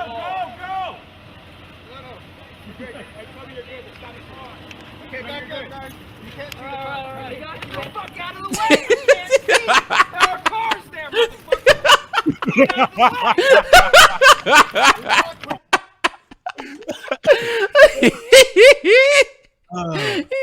Man, he was angry as hell. Oh man, get the fuck out of the way! His car's here. I can't see. His car's there. Toby was not playing, bro. Get out the way. Oh man, see, I couldn't be famous, man. I couldn't be famous. Yeah, well, I mean, you're a YouTuber, so it's very possible that one day I mean, you ain't gonna have that type of paparazzi, but you know. No, not that type of God. Get the fuck out of the way. His car's here. I can't see. I can't see. But yeah, all right. So back to the part where they're all geniuses. Oh, but just a heads up for that whole Ned Leeds thing. Now that I remember, he was brainwashed into becoming Hobgoblin as a stand-in, because there's like 4 different Hobgoblins. But I'm not going to tell you the rest of what happened in that story. You got to read it yourself. So anyways, so he wasn't Hobgoblin because he wanted to become Hobgoblin. He was brainwashed, but still, I got the reference with that whole best friend thing becoming the villain. Anyway, so they still in the lab, all geniuses. They create the cures, and Spider-Man gets on FaceTime with J. Jonah Jameson, and he admits to doing this whole thing, having these different villains from different universes come here. He admits wrong to that, but he's plans on changing it and show the whole world how good of a person he is, which he didn't really have to do. So the place of battle they choose for the final battle is on top of the Statue of Liberty, which is under construction right now, and the Statue of Liberty torch is replaced with Captain America's shield. I don't know. I think that's probably, I heard something about that happening for the TV shows, but I didn't think it was real.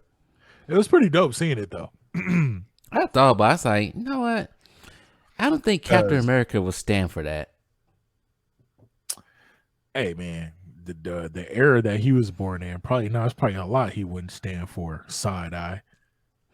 I'm just saying, but I was like, okay, you replaced the Statue of Liberty shield with, torch with a shield, Captain America shield, I guess. But anyways, so this is the place of battle for all 3, and keep in mind they all got nicknames: Peter 1, 2, and 3. And I think Peter 2 was Tobey Maguire, and Peter 3 was Andrew Garfield. In my mind, Peter 1 is Maguire, 2 is Garfield, and 3 is Holland. Oh, go ahead. And this is all due because of how they came in, how they was introduced, and also how well their movies did. But go on. Oh, you know what? That's cool. Because I was like, if they came in, then like Toby actually should have been Peter number 3. But what I was liking about that scene too is they were just talking about, hey, who's the coolest villain you ever fought? And Toby's like, oh yeah, I fought an alien, yada yada yada. And then Tom is like, oh yeah, I fought an alien in outer space. And Andrew Garfield's like, damn, I'm not that cool. And they kind of gave him an ode, like, no, you're amazing. Like, you're amazing. Giving an ode to like the Amazing Spider-Man and whatnot. You know what? That whole scene on top of the Statue of Liberty, it was cool and all, but I also thought it was you know what circle?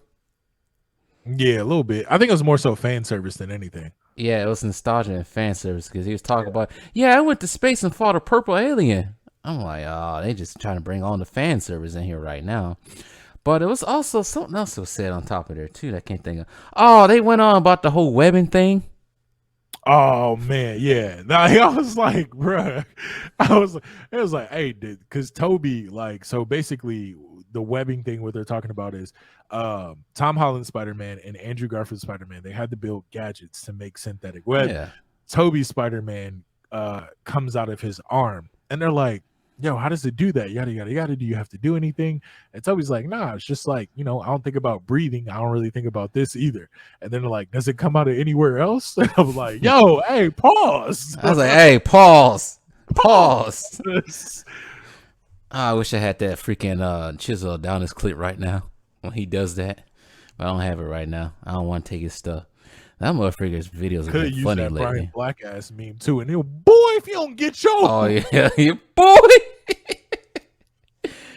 So we basically have a camaraderie happening, and something else happens in there. Oh yeah, the whole back crack scene. My back. He's like, hey, you want me to go crack your back? I was like, that scene was kind of weird to me.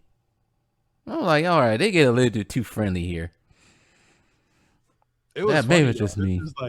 They was just like vibing. Like Andrew's like, hey, I love you guys, and they're like, okay. Okay. Oh, you know what because Holland's talking about the Avengers. It's like, yeah. What's the Avengers? Is that a rock Oh, team? yeah, They all right. sitting there like, okay, what's the Avengers? People may have heard me say this before about when it comes to the Avengers, Spider-Man and Avengers. A couple of YouTubers have said, including myself, also said that it'd been cool for them to use Tobey Maguire instead of using Tom Holland. Therefore, you didn't have to, well, in this way, but you didn't have to have an origin story. Just start him off with where he was at, and also just have him like be already Spider-Man and everything, be a grown up. But I guess, like I said, Kevin Feige wanted that whole Batman and Robin feel to Tony Stark and Peter Parker. Uh, I don't know why they wanted that. They just wanted to capture that Batman and Robin high, which didn't. To real, I would say people who know these characters didn't fit too well. It didn't fit too well for me. yeah, that's well, like my thing too is like even if they did plug Toby in there, I don't know how Toby's chemistry would have been with like the other actors or like seeing him as an Avenger. You know what I'm saying? It's like kind of like a different vibe. That is true, though. That is true. I do say that though, but I think some people always thought that that should have happened instead. But then again, I guess you wouldn't have this movie. Yeah, because I was like originally I was like, man, they not gonna keep Andrew Garfield Spider Man. Because I think honestly, I feel like Andrew Garfield probably would have been a better plug-in because I think he would have been able to fit that vibe that kind of Tom Holland has. But like I said, I know a lot of people didn't like the Andrew Garfield Spider Man. What's the accuracy of that one? Oh, they do got to say because he's talking about how they fought all these different villains, and he's talking about fought a guy in a mechanical rhino suit. Yeah. Oh, but you know what this movie felt like though? For all three Spider-Man, it felt like this is what it should be. I probably should name the review this: Amazing Spider-Man 3, Spider-Man 4, and maybe Iron Boy 3. Because it kind of felt like sequels to all three Spider-Man. A little bit, yeah. But it kind of also said that these two weren't doing anything before they got sent to this universe, which is kind of weird. Because they never mentioned him, or Manny, or Andrew Garfield Spider-Man doing anything else after that, which is kind of weird to me. Yeah, because I can see it from Toby's perspective because he was in youth pastor clothes, but then Andrew Garfield was in Spider-Man clothes. So I was kind of wondering, like, what was he doing? Yeah. Because I kind of got the feeling that Toby retired maybe and Andrew's still going out there just stopping, I guess, small-time criminals. I don't know. I just thought there should have been a little bit more emphasis on what they was doing and then just not doing anything at all, just sitting there twiddling their fingers. But, so, yes. So, they on top of I was about to say Statue of Liberty, but yeah, Statue of Liberty. I was about to say Sears Tower, actually. Statue of Liberty. And eventually, two of the villains show up. Sandman and Electro. Electro actually looks like Electro a little bit. And he stole the arc reactor from Happy's apartment. So now he's supercharged. And every time Electro shoots out electricity, he sounds like Iron Man. Repulsors. Did you catch that? I didn't even hear that. I heard it. I was like, oh, that sounds like Iron Man repulsors. So, Electro is all powerful now. Sandman is working with them, and Lizard comes into the fray. And in the beginning of the fight, all three Spider-Man are getting their ass kicked. Because they're not really working together. They're not arguing with each other, but they're not working together. And so eventually they decided, oh, maybe we should have some type of strategy to this fight. So they do have a strategy to this fight. They end up taking out Sandman first. Toby does. And he's kind of like, this is the weird thing about Sandman throughout this whole entire movie up until this point. This fool is just like, they had him looking like Sand for the whole entire movie up until he got hit with that. I was wondering why, yeah. I'm like, what would be the point? We know he's Sandman. But by the end of it, we do see Thomas Hayden Church as Sandman as he got hit with the cure. And he's looking at his fingers like, what happened to my hands? I'm no longer Sandman. Yeah, boy, you're no longer Sandman. Your days are numbered. You're done. So, next up, who gets hit with the cure is Lizard. and he becomes human again, which I thought he became human again. He did become human again at the end of I think did become human again at the end of Amazing Spider-Man. Sorry, people, I always seen Amazing Spider-Man the first one once or maybe twice. I don't remember it. It's been a long time. So he gets hit with the cure here. Lizard turns back to Connors. Last up is Electro. Electro is actually giving work to all three Spider-Man, and then all of a sudden Doc Ock shows up, and it looks like he's on the side of the Sinister Five, making it become Sinister Six, but nope, he's not. He's on Team Spider-Man, or Spider-Man, and Electro gets hit with the cure and becomes regular, but he's probably the funniest one out of them. He's like, damn, at least I look pretty still. I lost my powers. At least I got my fade, cuz. At least I got my fade. I got my looks. It was fun while it lasted. So that's over with. But before actually Lizard gets hit with the cure, he's chasing Ned and MJ throughout the whole entire place through portals before he gets cured.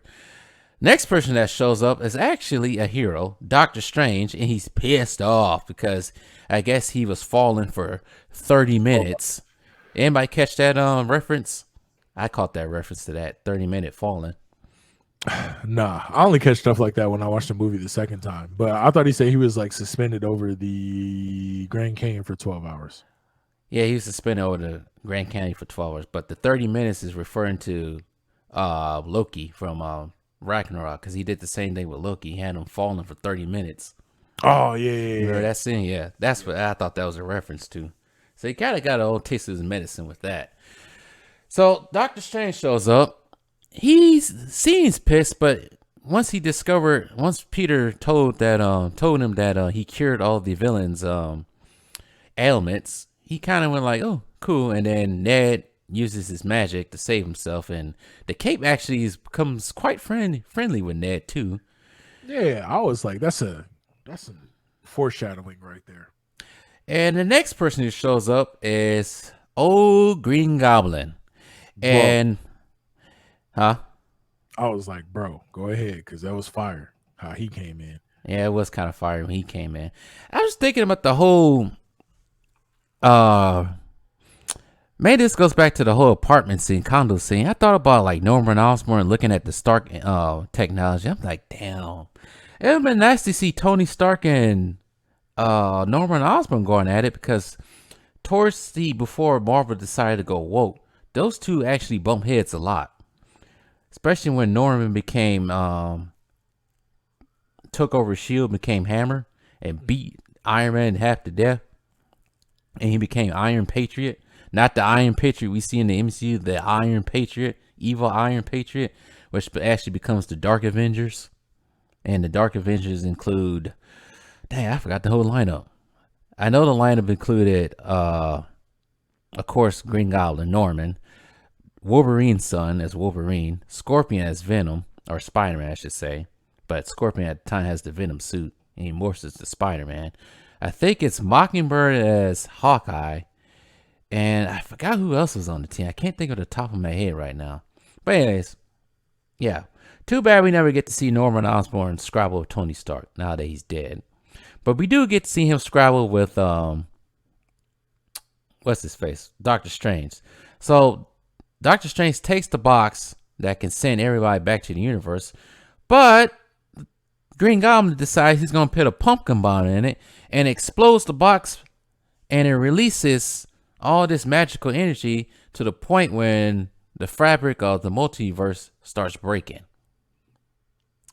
And so Doctor Strange has to try to mend it all together, while most of them are scrabbling with, Tom was scrabbling with Green Goblin. Andrew ends up saving MJ, who fell off the Statue of Liberty as it's being blown up by Green Goblin's bomb. And we got kind of a tender moment when Andrew saves MJ, and he tries not to cry. Everybody was like, "Oh," when that happens. Yeah, there was somebody crying in the theater. Yeah, you can hear people, "Oh my goodness." But speaking of MJ, I like how people say MJ, and Doc, I say MJ. He looks, oh, not that MJ.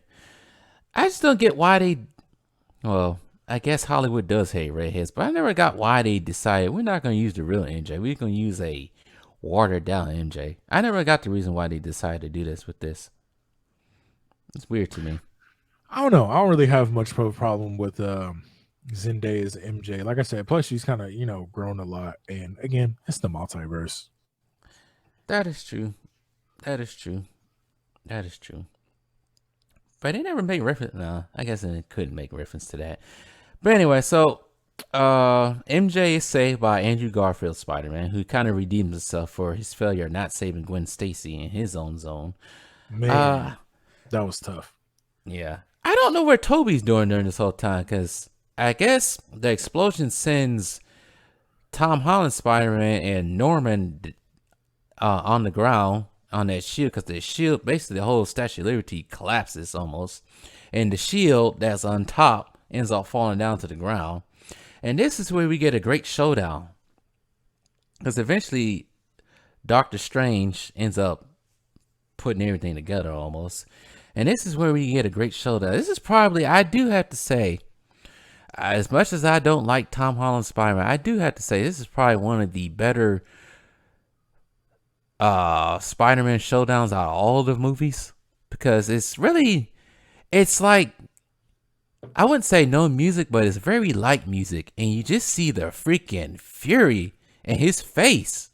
Let the hate flow through you. It's like it's like when they have like a Family Guy, when somebody when they had like the Emperor said, good, let the hate flow through you. Yeah, that's exactly how it was. That boy was, man, and like you kind of see Spider-Man's strength too. Like you've never seen him like that strong. This dude punched a dent in the damn Captain America shield. That's like, we didn't see this too much out of Andrews. We didn't even see this too much out of, maybe we did. Yeah, we kind of did see this out of Toby though. I knew lie, because Toby did beat the crap out of Harry in the third one. Yeah, that fight was kind of freaking reminiscent of this, because that motherfucker was handing Harry the hands in that apartment building. He was beating the crap out of it because Harry was acting too cocky. Like they was that both acting. Video I sent you today. Yeah, it was like that. Both of them was acting cocky, but you can tell Toby was in control of that whole fight the whole entire time. Cause he's like, come on, hand your best shot. Oh, little Goblin Jr. gonna cry? He's beat the crap, and then he threw that bomb at his face. But that was Harry's fault right there. Now I kind of want to watch this scene now, cause I was actually kind of hooting and hollering. I'm watching all that movie this weekend. That was like, yeah, that's one of the first time I was sitting there hooting and hollering during a fight in the movie theater like that. But anyways, going back to this. So yeah, we just get freaking Tom Holland actually grow some huevos and start beating the crap out of Norman. I was like, damn, he's actually freaking getting him them hands. And then you see they go back up, and you see Andrew and Toby look at each other, and they both nod their head like, yeah, we can't let this go on. And so Peter beats Norman half to death, then picks up his glider slowly, and once again he's about to get impaled by his glider again, and then Toby stops him. And I want you to take this away, because I kind of almost lost it at this scene, but you can take it away. All right, so basically what happens after this, after Peter Parker is destroying the Green Goblin, he's getting ready to stab him with his shield, and then Tobey Maguire jumps in the way. They have this moment where they're looking at each other, and Toby's just kind of giving him this look like, it's not worth it, don't do it, you're better than this. And you could kind of see Tom Holland Spider-Man coming back into the fold like, all right, you're good. And soon as that realization happens, the Green Goblin stabs Tobey Maguire's Spider-Man. I almost lost. Actually, I did lose it, because I'm like, come on, we got to do this again with killing heroes off. Like, I already lost it when I went to go see the last James Bond, No Time to Die. Did you see that yet? Not yet. But yeah, I would have cried if Toby died. I would have cried. I probably would have cried. I almost lost it. I'm like, why did they do this? Why? But this is the thing in Hollywood. They are so obsessed with killing off heroes like that. Like, I never agree. agree with Tony Stark dying. I understand it um serves some type of emotional, but I'm thinking at the same time, like, you can have the hero save the day without killing him off. Like, I was okay with Wolverine dying because I figured it was going to be the last of X-Men movies when it comes to this. So I was okay with that, but having Tony Stark die kind of didn't sit with me. I'm like, I know Robert Downey was pretty much done with the character, but you can have him just ride off in the sunset. You don't have to kill him off, but I guess you gotta explain where he's gonna be at later on. But then again, it's fiction. He can be anywhere. And I also never agree. Well, I don't want to spoil this for you. Are you gonna see the movie anytime soon? What? No Time to Die? Yeah. Yeah, I'll probably have to check it out this weekend. But You want me to? I kind of got an idea of what happens already now. Yeah. So I don't like when they do that. Yeah. But in this case, so Doctor Strange realizes that he can't hold this whole multiverse thing from opening altogether. So everybody goes back to where they came. And this is when the part of the movie I was kind of like, this is when the movie kind of got dry for me at the end. Like, they built it up, and then after that part, it just kind of went downhill for me. Maybe it's just me. What do you think about it? I mean, there's really no direction that you could go. You have a climax, and then like, again, they could have went with more chaos, and they could have allowed more centennial beings in the universe, but I think it went the way it should have went. But I just felt like it was the ending of like any other movie. You have these climaxes and these high points and these excellent things, and then just kind of got to die down. But I think since the movie was so good and it was so like intense, basically for like probably like an hour and a half, I think it was just kind of like a setback to reality. I guess so, because it's kind of like, oh, he finally completes the spell. Nobody knows he's Spider-Man. He wants to tell MJ he's Spider-Man and Ned he's Spider-Man, but no, he just goes by himself, gets his own apartment. And Aunt May is gone now, and he just continues to be Spider-Man, just going about his way. I was like, damn, that was just quick. That's just, to me, that's what it felt like. I don't know. So that was pretty much the end of the movie. Hopefully, well, then you got the post-credit scene with Venom, and Venom. There's a better one than that. Well, I didn't know it was another one. I just know about the Venom one because somebody spoiled it. What happened? Tell me, what happened? Oh, you didn't see the second cut scene?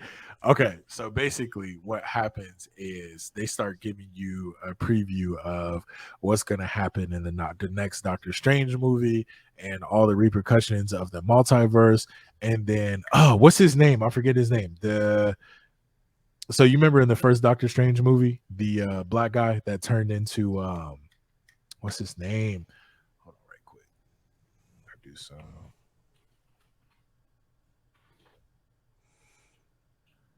All I know that Venom left some symbiote behind after the spell came through. So there might be a freaking symbiote in the MCU now running around.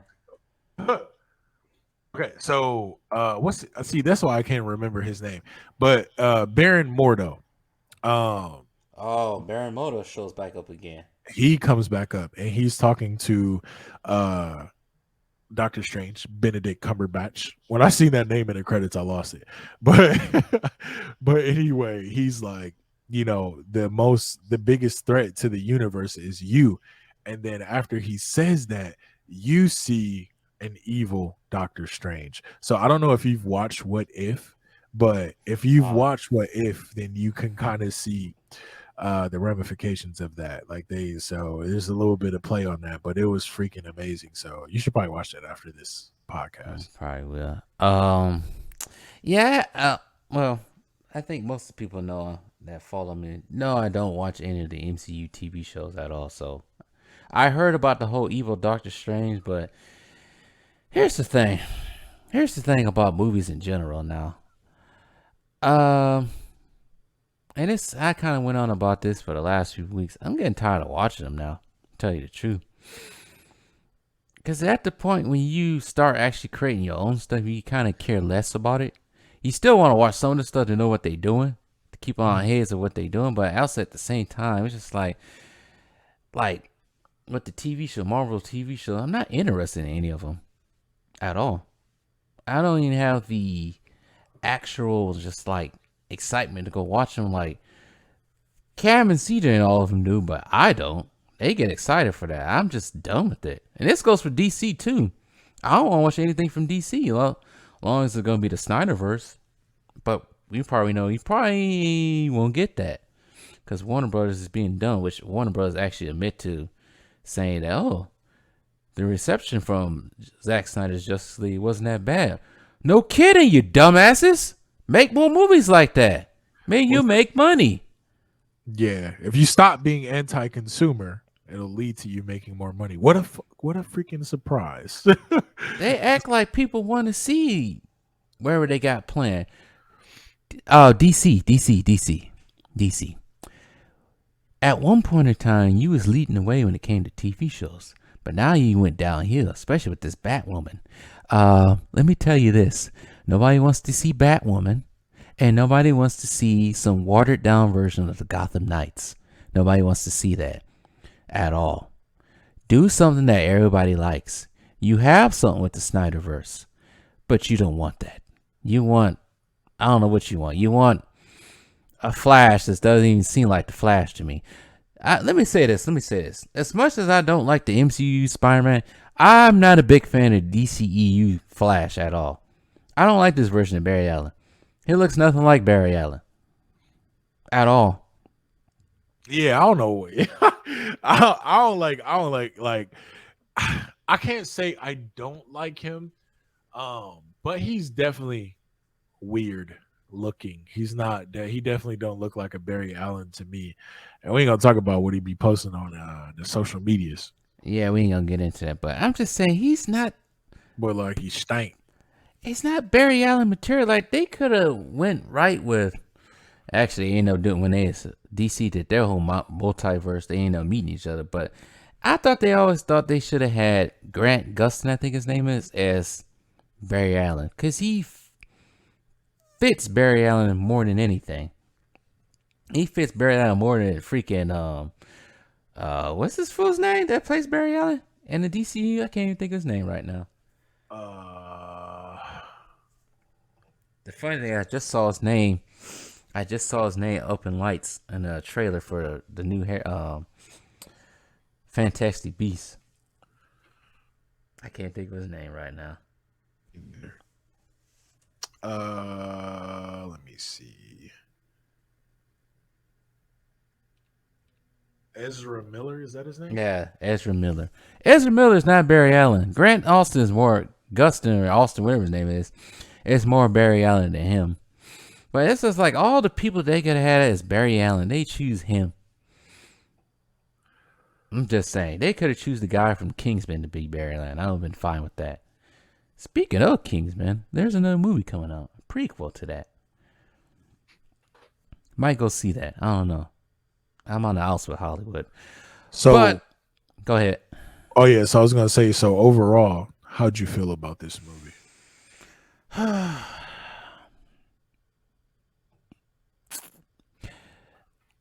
I will say this. It's better than Homecoming. It's better than Far From Home. For sure. They try to get people with the nostalgia bait. They accomplished that. They got that with bringing back people from the past, from better Spider-Man movies. I still stand as correct as Tobey Maguire being the closest to comic book Spider-Man we got on the screen right here. He's the closest to that. Agreed. They made Tom Holland finally grow up a little bit. I do applaud them for that, because I don't think they can keep going on with this green behind the ears Spider-Man. I can't deal with that too long. But he still doesn't feel like Spider-Man to me. I don't know why. He just doesn't feel like Spider-Man or Peter Parker to me. The other two feel like more Peter Parker than anything. Maybe because he has the stench of the whole MCU on him I and the think stench of Stark on him still.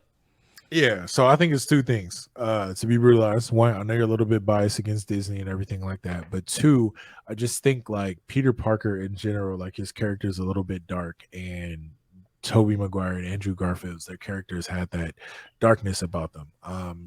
So I think that's basically. I feel like that's kind of what you're hitting at. Yeah. But I'm just saying those two, mainly Toby, especially if you watch Spider-Man 2, that man had dilemmas, and some of those dilemmas echo what you have seen in the comic books. Like he has to deal with being Spider-Man, dealing with stuff with Aunt May, trying to date Mary Jane, and trying to save the city, that type of stuff. Tom Holland, he just never really captured that essence of what Spider-Man is. It seems like, and keep in mind, Spider-Man in the comic books, sometimes, most of the time, in order for him to get out of stuff, he has to do it himself. Sometimes he might have help from, let's say, the Fantastic Four, Iron Man, or Avengers, or someone else. But most of the time, he has to figure out this stuff on his own. Holland, on the other hand, he just seems like he has, many of the first two, he had Tony Stark just right there. Always right there. Somebody, somehow, Stark Industries is always going to help out Spider-Man. In this case, they kind of abandoned that a little bit, made him stand on his own. And I think they probably heard, Yeah, it was more so like a growing up film to me. yeah, I think they probably heard people like me and other YouTubers finally, say that. And they said, oh, maybe we should make him grow up. Well, duh, because probably 98% of Spider-Man's existence was with him being an adult. Not a kid all the time, an adult. Well, now he has to be an adult because now he's on his own. So, and he probably got that apartment from being probably some hidden money that Tony Stark probably bequeathed him. But Yeah. anyways, so yeah, that's one of my biggest issues with Tom Holland's Spider-Man, that he just not stand on his own, and hopefully he can stand on his own. And hopefully these writers will get a little bit closer to the source material. I don't understand why is that so hard to get close to the source material. You Oh, got I think they'll get back to it. I think, like, again, especially for our generation, we've seen a lot of Spider-Man movies, and like you said, Tom Holland and Andrew Garfield's were a little bit more closer to the source material. So I think people just try to like switch things up, give people something kind of refreshing. But well, this is the thing though.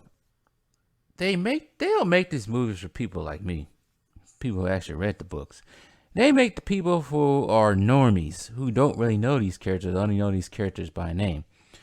So you really can't say we gotta switch something up. No, you can't say you gotta switch something up, because some of these people don't really know all the characters' history and they only know them by name. yeah, So it's hard to say, oh, you gotta switch it up. How you gonna switch it up when people don't know these characters? So it's kind of hard to say. Like, I got into a discussion with a coworker probably last week or 2 weeks ago. He keeps talking about, they gotta switch it up. They can't have the same one every time.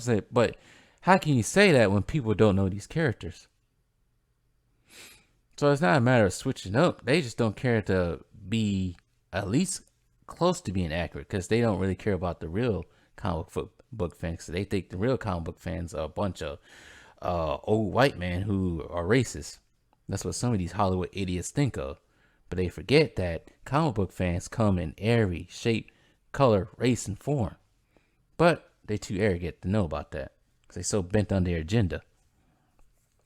So that's kind of why, when it comes to superhero movies, I'm kind of like, that's why I did want to see Shang-Chi and barely wanted to see Eternals. But go on. I still got to Oh, see it's- Eternals. I forgot all about that movie. Uh, I heard it was trash, though. I know I wasn't in a rush. this movie is better than that. This Yeah, movie, actually, I'm gonna say top 3 Spider-Man movies: Spider-Man 2, this one, and then Into the Multiverse, the animated one. I think those are like the top 3 Spider-Man movies. top 3 for me. Spider-Man 2, 1, and this one. Oh, okay. I'm just glad. What I'm glad is you like Into the Spider Verse because I was pressing for that one a little bit. Like, hey, bro, just watch it. It's a great movie. Uh, I'm not a big fan of Miles Morales. I think that was a freaking agenda-filled position once again. Not many people really like that one. They can make him seem so cool, but I'm just not a big fan of it. I'm sorry. I own it. And like I said this last night with the Make me pull up your old review. I said I liked the movie. I said it was Yeah. decent, but I'm just not a big fan of um Miles Morales Spider-Man. Because look, this Spider-Man, Into the Spider-Verse. Oh, you're talking about Miles Morales, got you. But this Yeah. movie, though, a lot of people like that movie. It got 87% on Metacritic, 97% on Rotten Tomatoes. Metacritic rated that movie higher than No Way Home, which I find ridiculous, but okay. Well, I don't really rely on Rotten Tomatoes because they never on this anyway.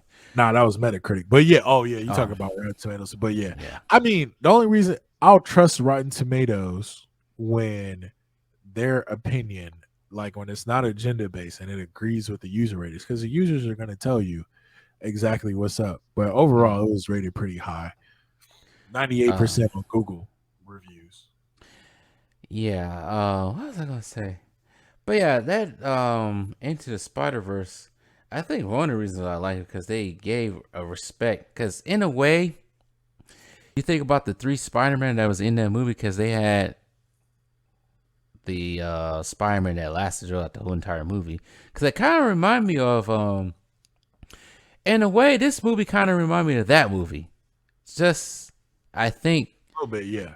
Peter Parker, the MCU Spider-Man, is probably more representative of Miles Morales Spider-Man, not in name and not in skin color, of course. But the other 2 Spider-Man that showed up in Into the Spider-Verse could represent, mainly the one that was with them throughout the whole entire movie, represents Tobey Maguire's Spider-Man. And the other one that was killed early in the movie kind of represents, unfortunately, Andrew Garfield's Spider-Man. That's what I got out of it when it comes to that. But like I said this last night. I only believe, and I believe in this. Peter Parker is Spider-Man. He's always gonna be Spider-Man. No one else. Batman's gonna be Bruce Wayne. No one else. I don't care if you put Damian Wayne, Dick Grayson. Sorry, I know you're a Nightwing fan. Dick Grayson, Jason Todd, Tim Drake. I don't care. Bruce Wayne will always be Batman. Same thing with Superman. Superman will always be Clark Kent. Tony Stark will always be Iron Man. Nobody will replace those. I don't care how many affirmative action characters you put there. It's not going to happen. You're not going to sway me. Some of these people like to sway people when it comes to that type of stuff. But what do you think? Think the same? Wait, what you just said? Yeah. Yeah, kind of, sort of, to an extent. But you know me, I kind of like letting people kind of get their creative vision out there and changing things up some. But that's more so just because I didn't read the comics growing up, so you know what I'm saying. It's different for me.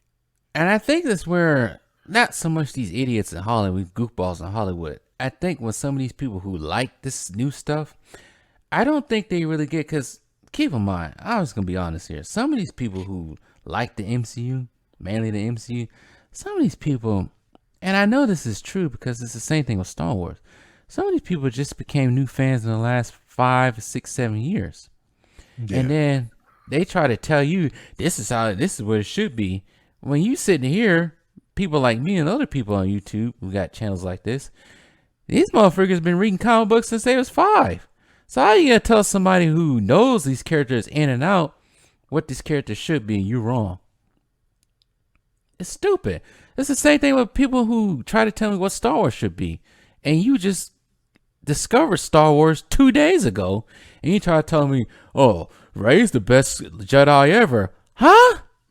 Rey didn't go through any training like Luke Skywalker or Anakin did or any other Jedi. She just got handed to her like was stumbled across her. I don't even want to talk about the Disney Star Wars because those were so garbage. Yeah, we ain't gonna talk about that because I might go all Stephen A. Smith. We ain't gonna talk about that, but that's just the example of how people try to scrape me and argue with me about that stuff. I'm like, wait a minute. What?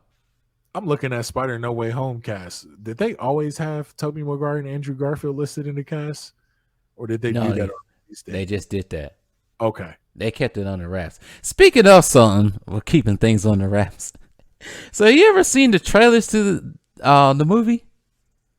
For Spider-Man, yeah. If you look real closely on the part when like they're fighting and you see the big old Sandman and Lizard getting hit, why was that the worst edit trailer I've ever seen in my life? Because you see Lizard get kicked in the face almost, but you don't know what it is. It's like invisible. It's like, why did they edit all three? Well, why did they edit Toby and Andrew out like that? Why had that scene in the trailer? It seems so goofy. Because people don't pay attention. People actually wrote, people who got YouTube channels actually roasted that though. Because people caught that. And I thought it was funky too when I saw the trailer. I was like, why is he getting kicked by nothing? And then I saw it in the movie. I said, yeah, that's bad. That's real terrible how they did that. Whoever edited that should be slapped. But, man, I do say this. I feel the same way about this movie. I feel the same way about No Time to Die. No Time to Die had everything great when it came to a James Bond movie. Just the ending just went like badly for me, at least. This not so much, but still at the same time it's just like, all right, we got baited with nostalgia. It's over. But what's your score? 9.5 out of 10. Pretty high. 7 out of 10. 7. 7.5. That's how high I'm gonna go. 7.5. I ain't gonna go any higher. 7.5. I ain't gonna go any higher. That's I'm how like, I'm first, gonna go. I'm not even gonna argue with you because I know how hard it is for you to like movies, and you know what I'm saying. So You can't say I don't like any movies. I said I like Ghostbusters Afterlife. I enjoy Ghostbusters Afterlife because you know what Oh, you haven't seen. Let's say Ghostbusters Afterlife is what Disney Star Wars should have been.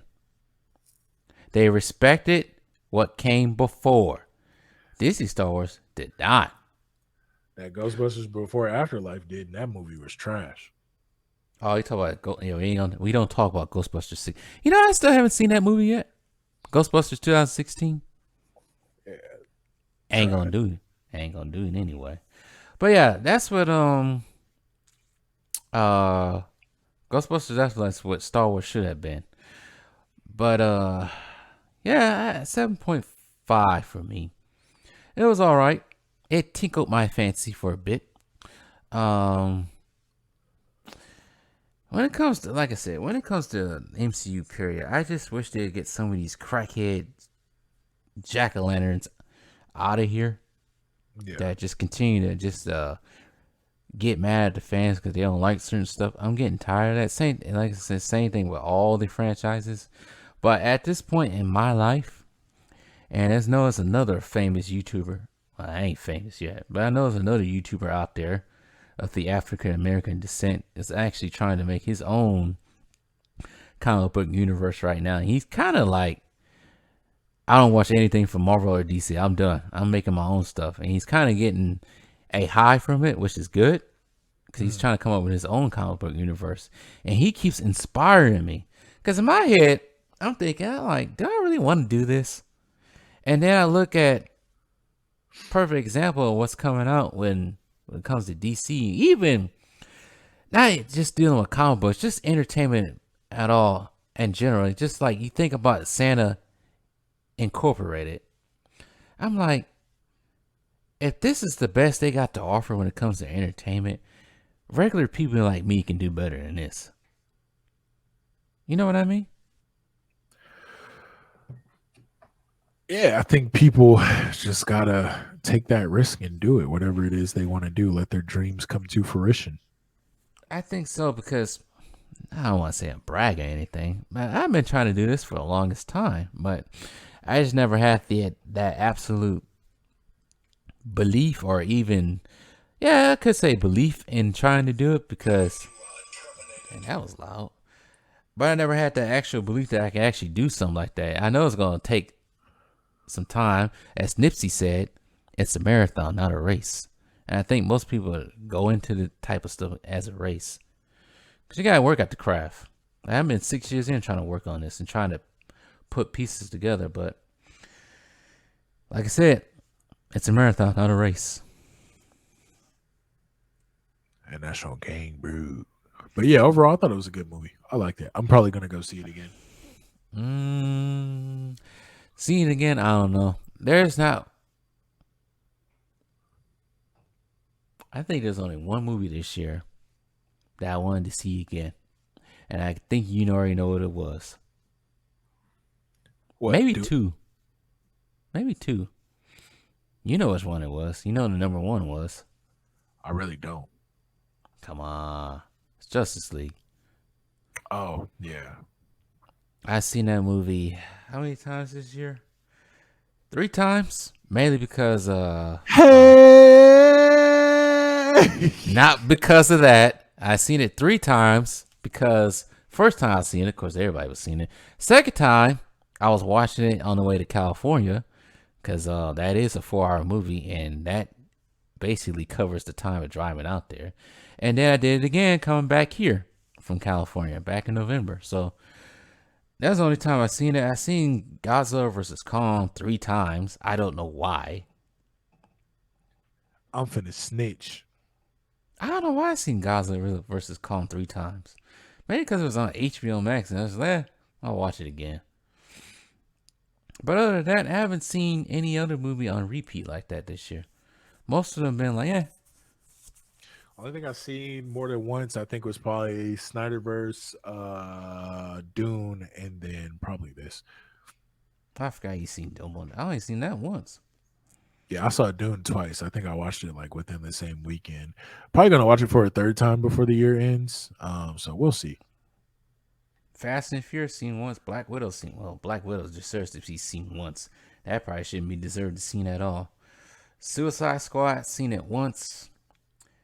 Think about Suicide Squad. I was indifferent about that movie. I didn't hate it, but I didn't love it.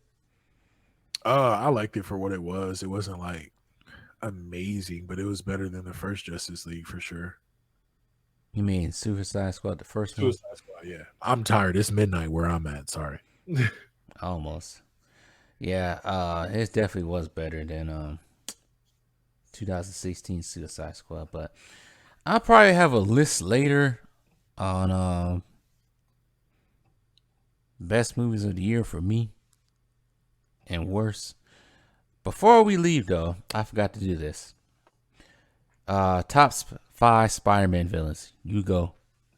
Top 5 Spider-Man villains. Obviously, Green Goblin, Dr. Octavius. Let's see. Hold on right quick. I got to think about this because I don't want to miss anybody.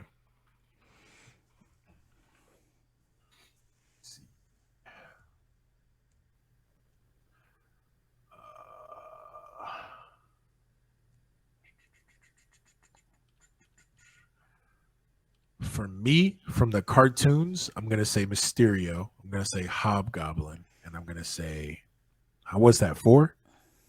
You said Green Goblin, Hobgoblin, Mysterio. You only got 3. You need 2 more. And then it was Dr. Octavius and 4. Who the heck did I felt like I said one. I am so tired. Oh yeah. Did I say Mysterio?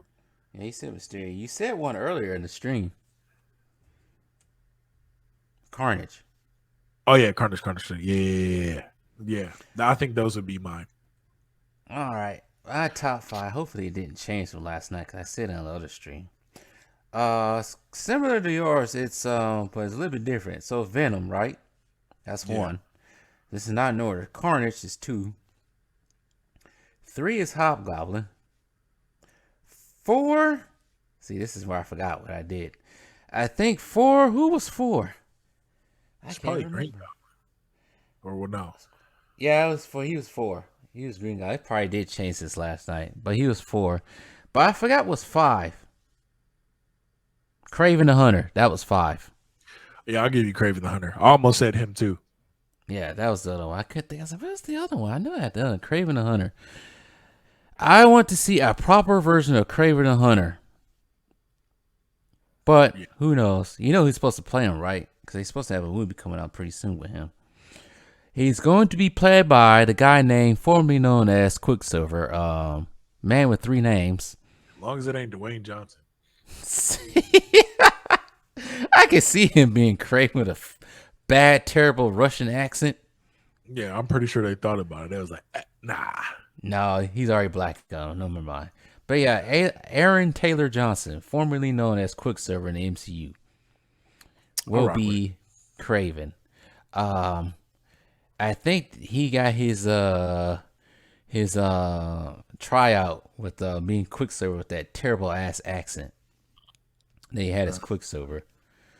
I'm glad what's her face kind of abandoned that, but they said she brought that back. But I'm glad she abandoned it in the later movies, Scarlet Witch, because that was terrible.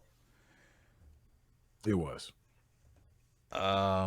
So anything else? As far as the future of Spider-Man in the MCU, you probably might see him come across Kingpin from Daredevil. Probably. Yeah, because now I guess Kingpin. Spoiler alert to any. I'm not even gonna say it. I guess Kingpin is back supposedly, and also Daredevil's back. So you might see some neighborhood Spider-Man. If we see some neighborhood Spider-Man, you might get me. When I mean neighborhood Spider-Man, him just being in the neighborhood, not trying to save the world all the time. Just be in the neighborhood of New York. Yeah, that'd be fire. I am over the global disasters. Yeah, I'm like, you can only do global disasters so much. I'm like, Spider-Man, he did deal with some global disasters, but most of the time he was in the neighborhood. Global disasters is like Avenger type stuff.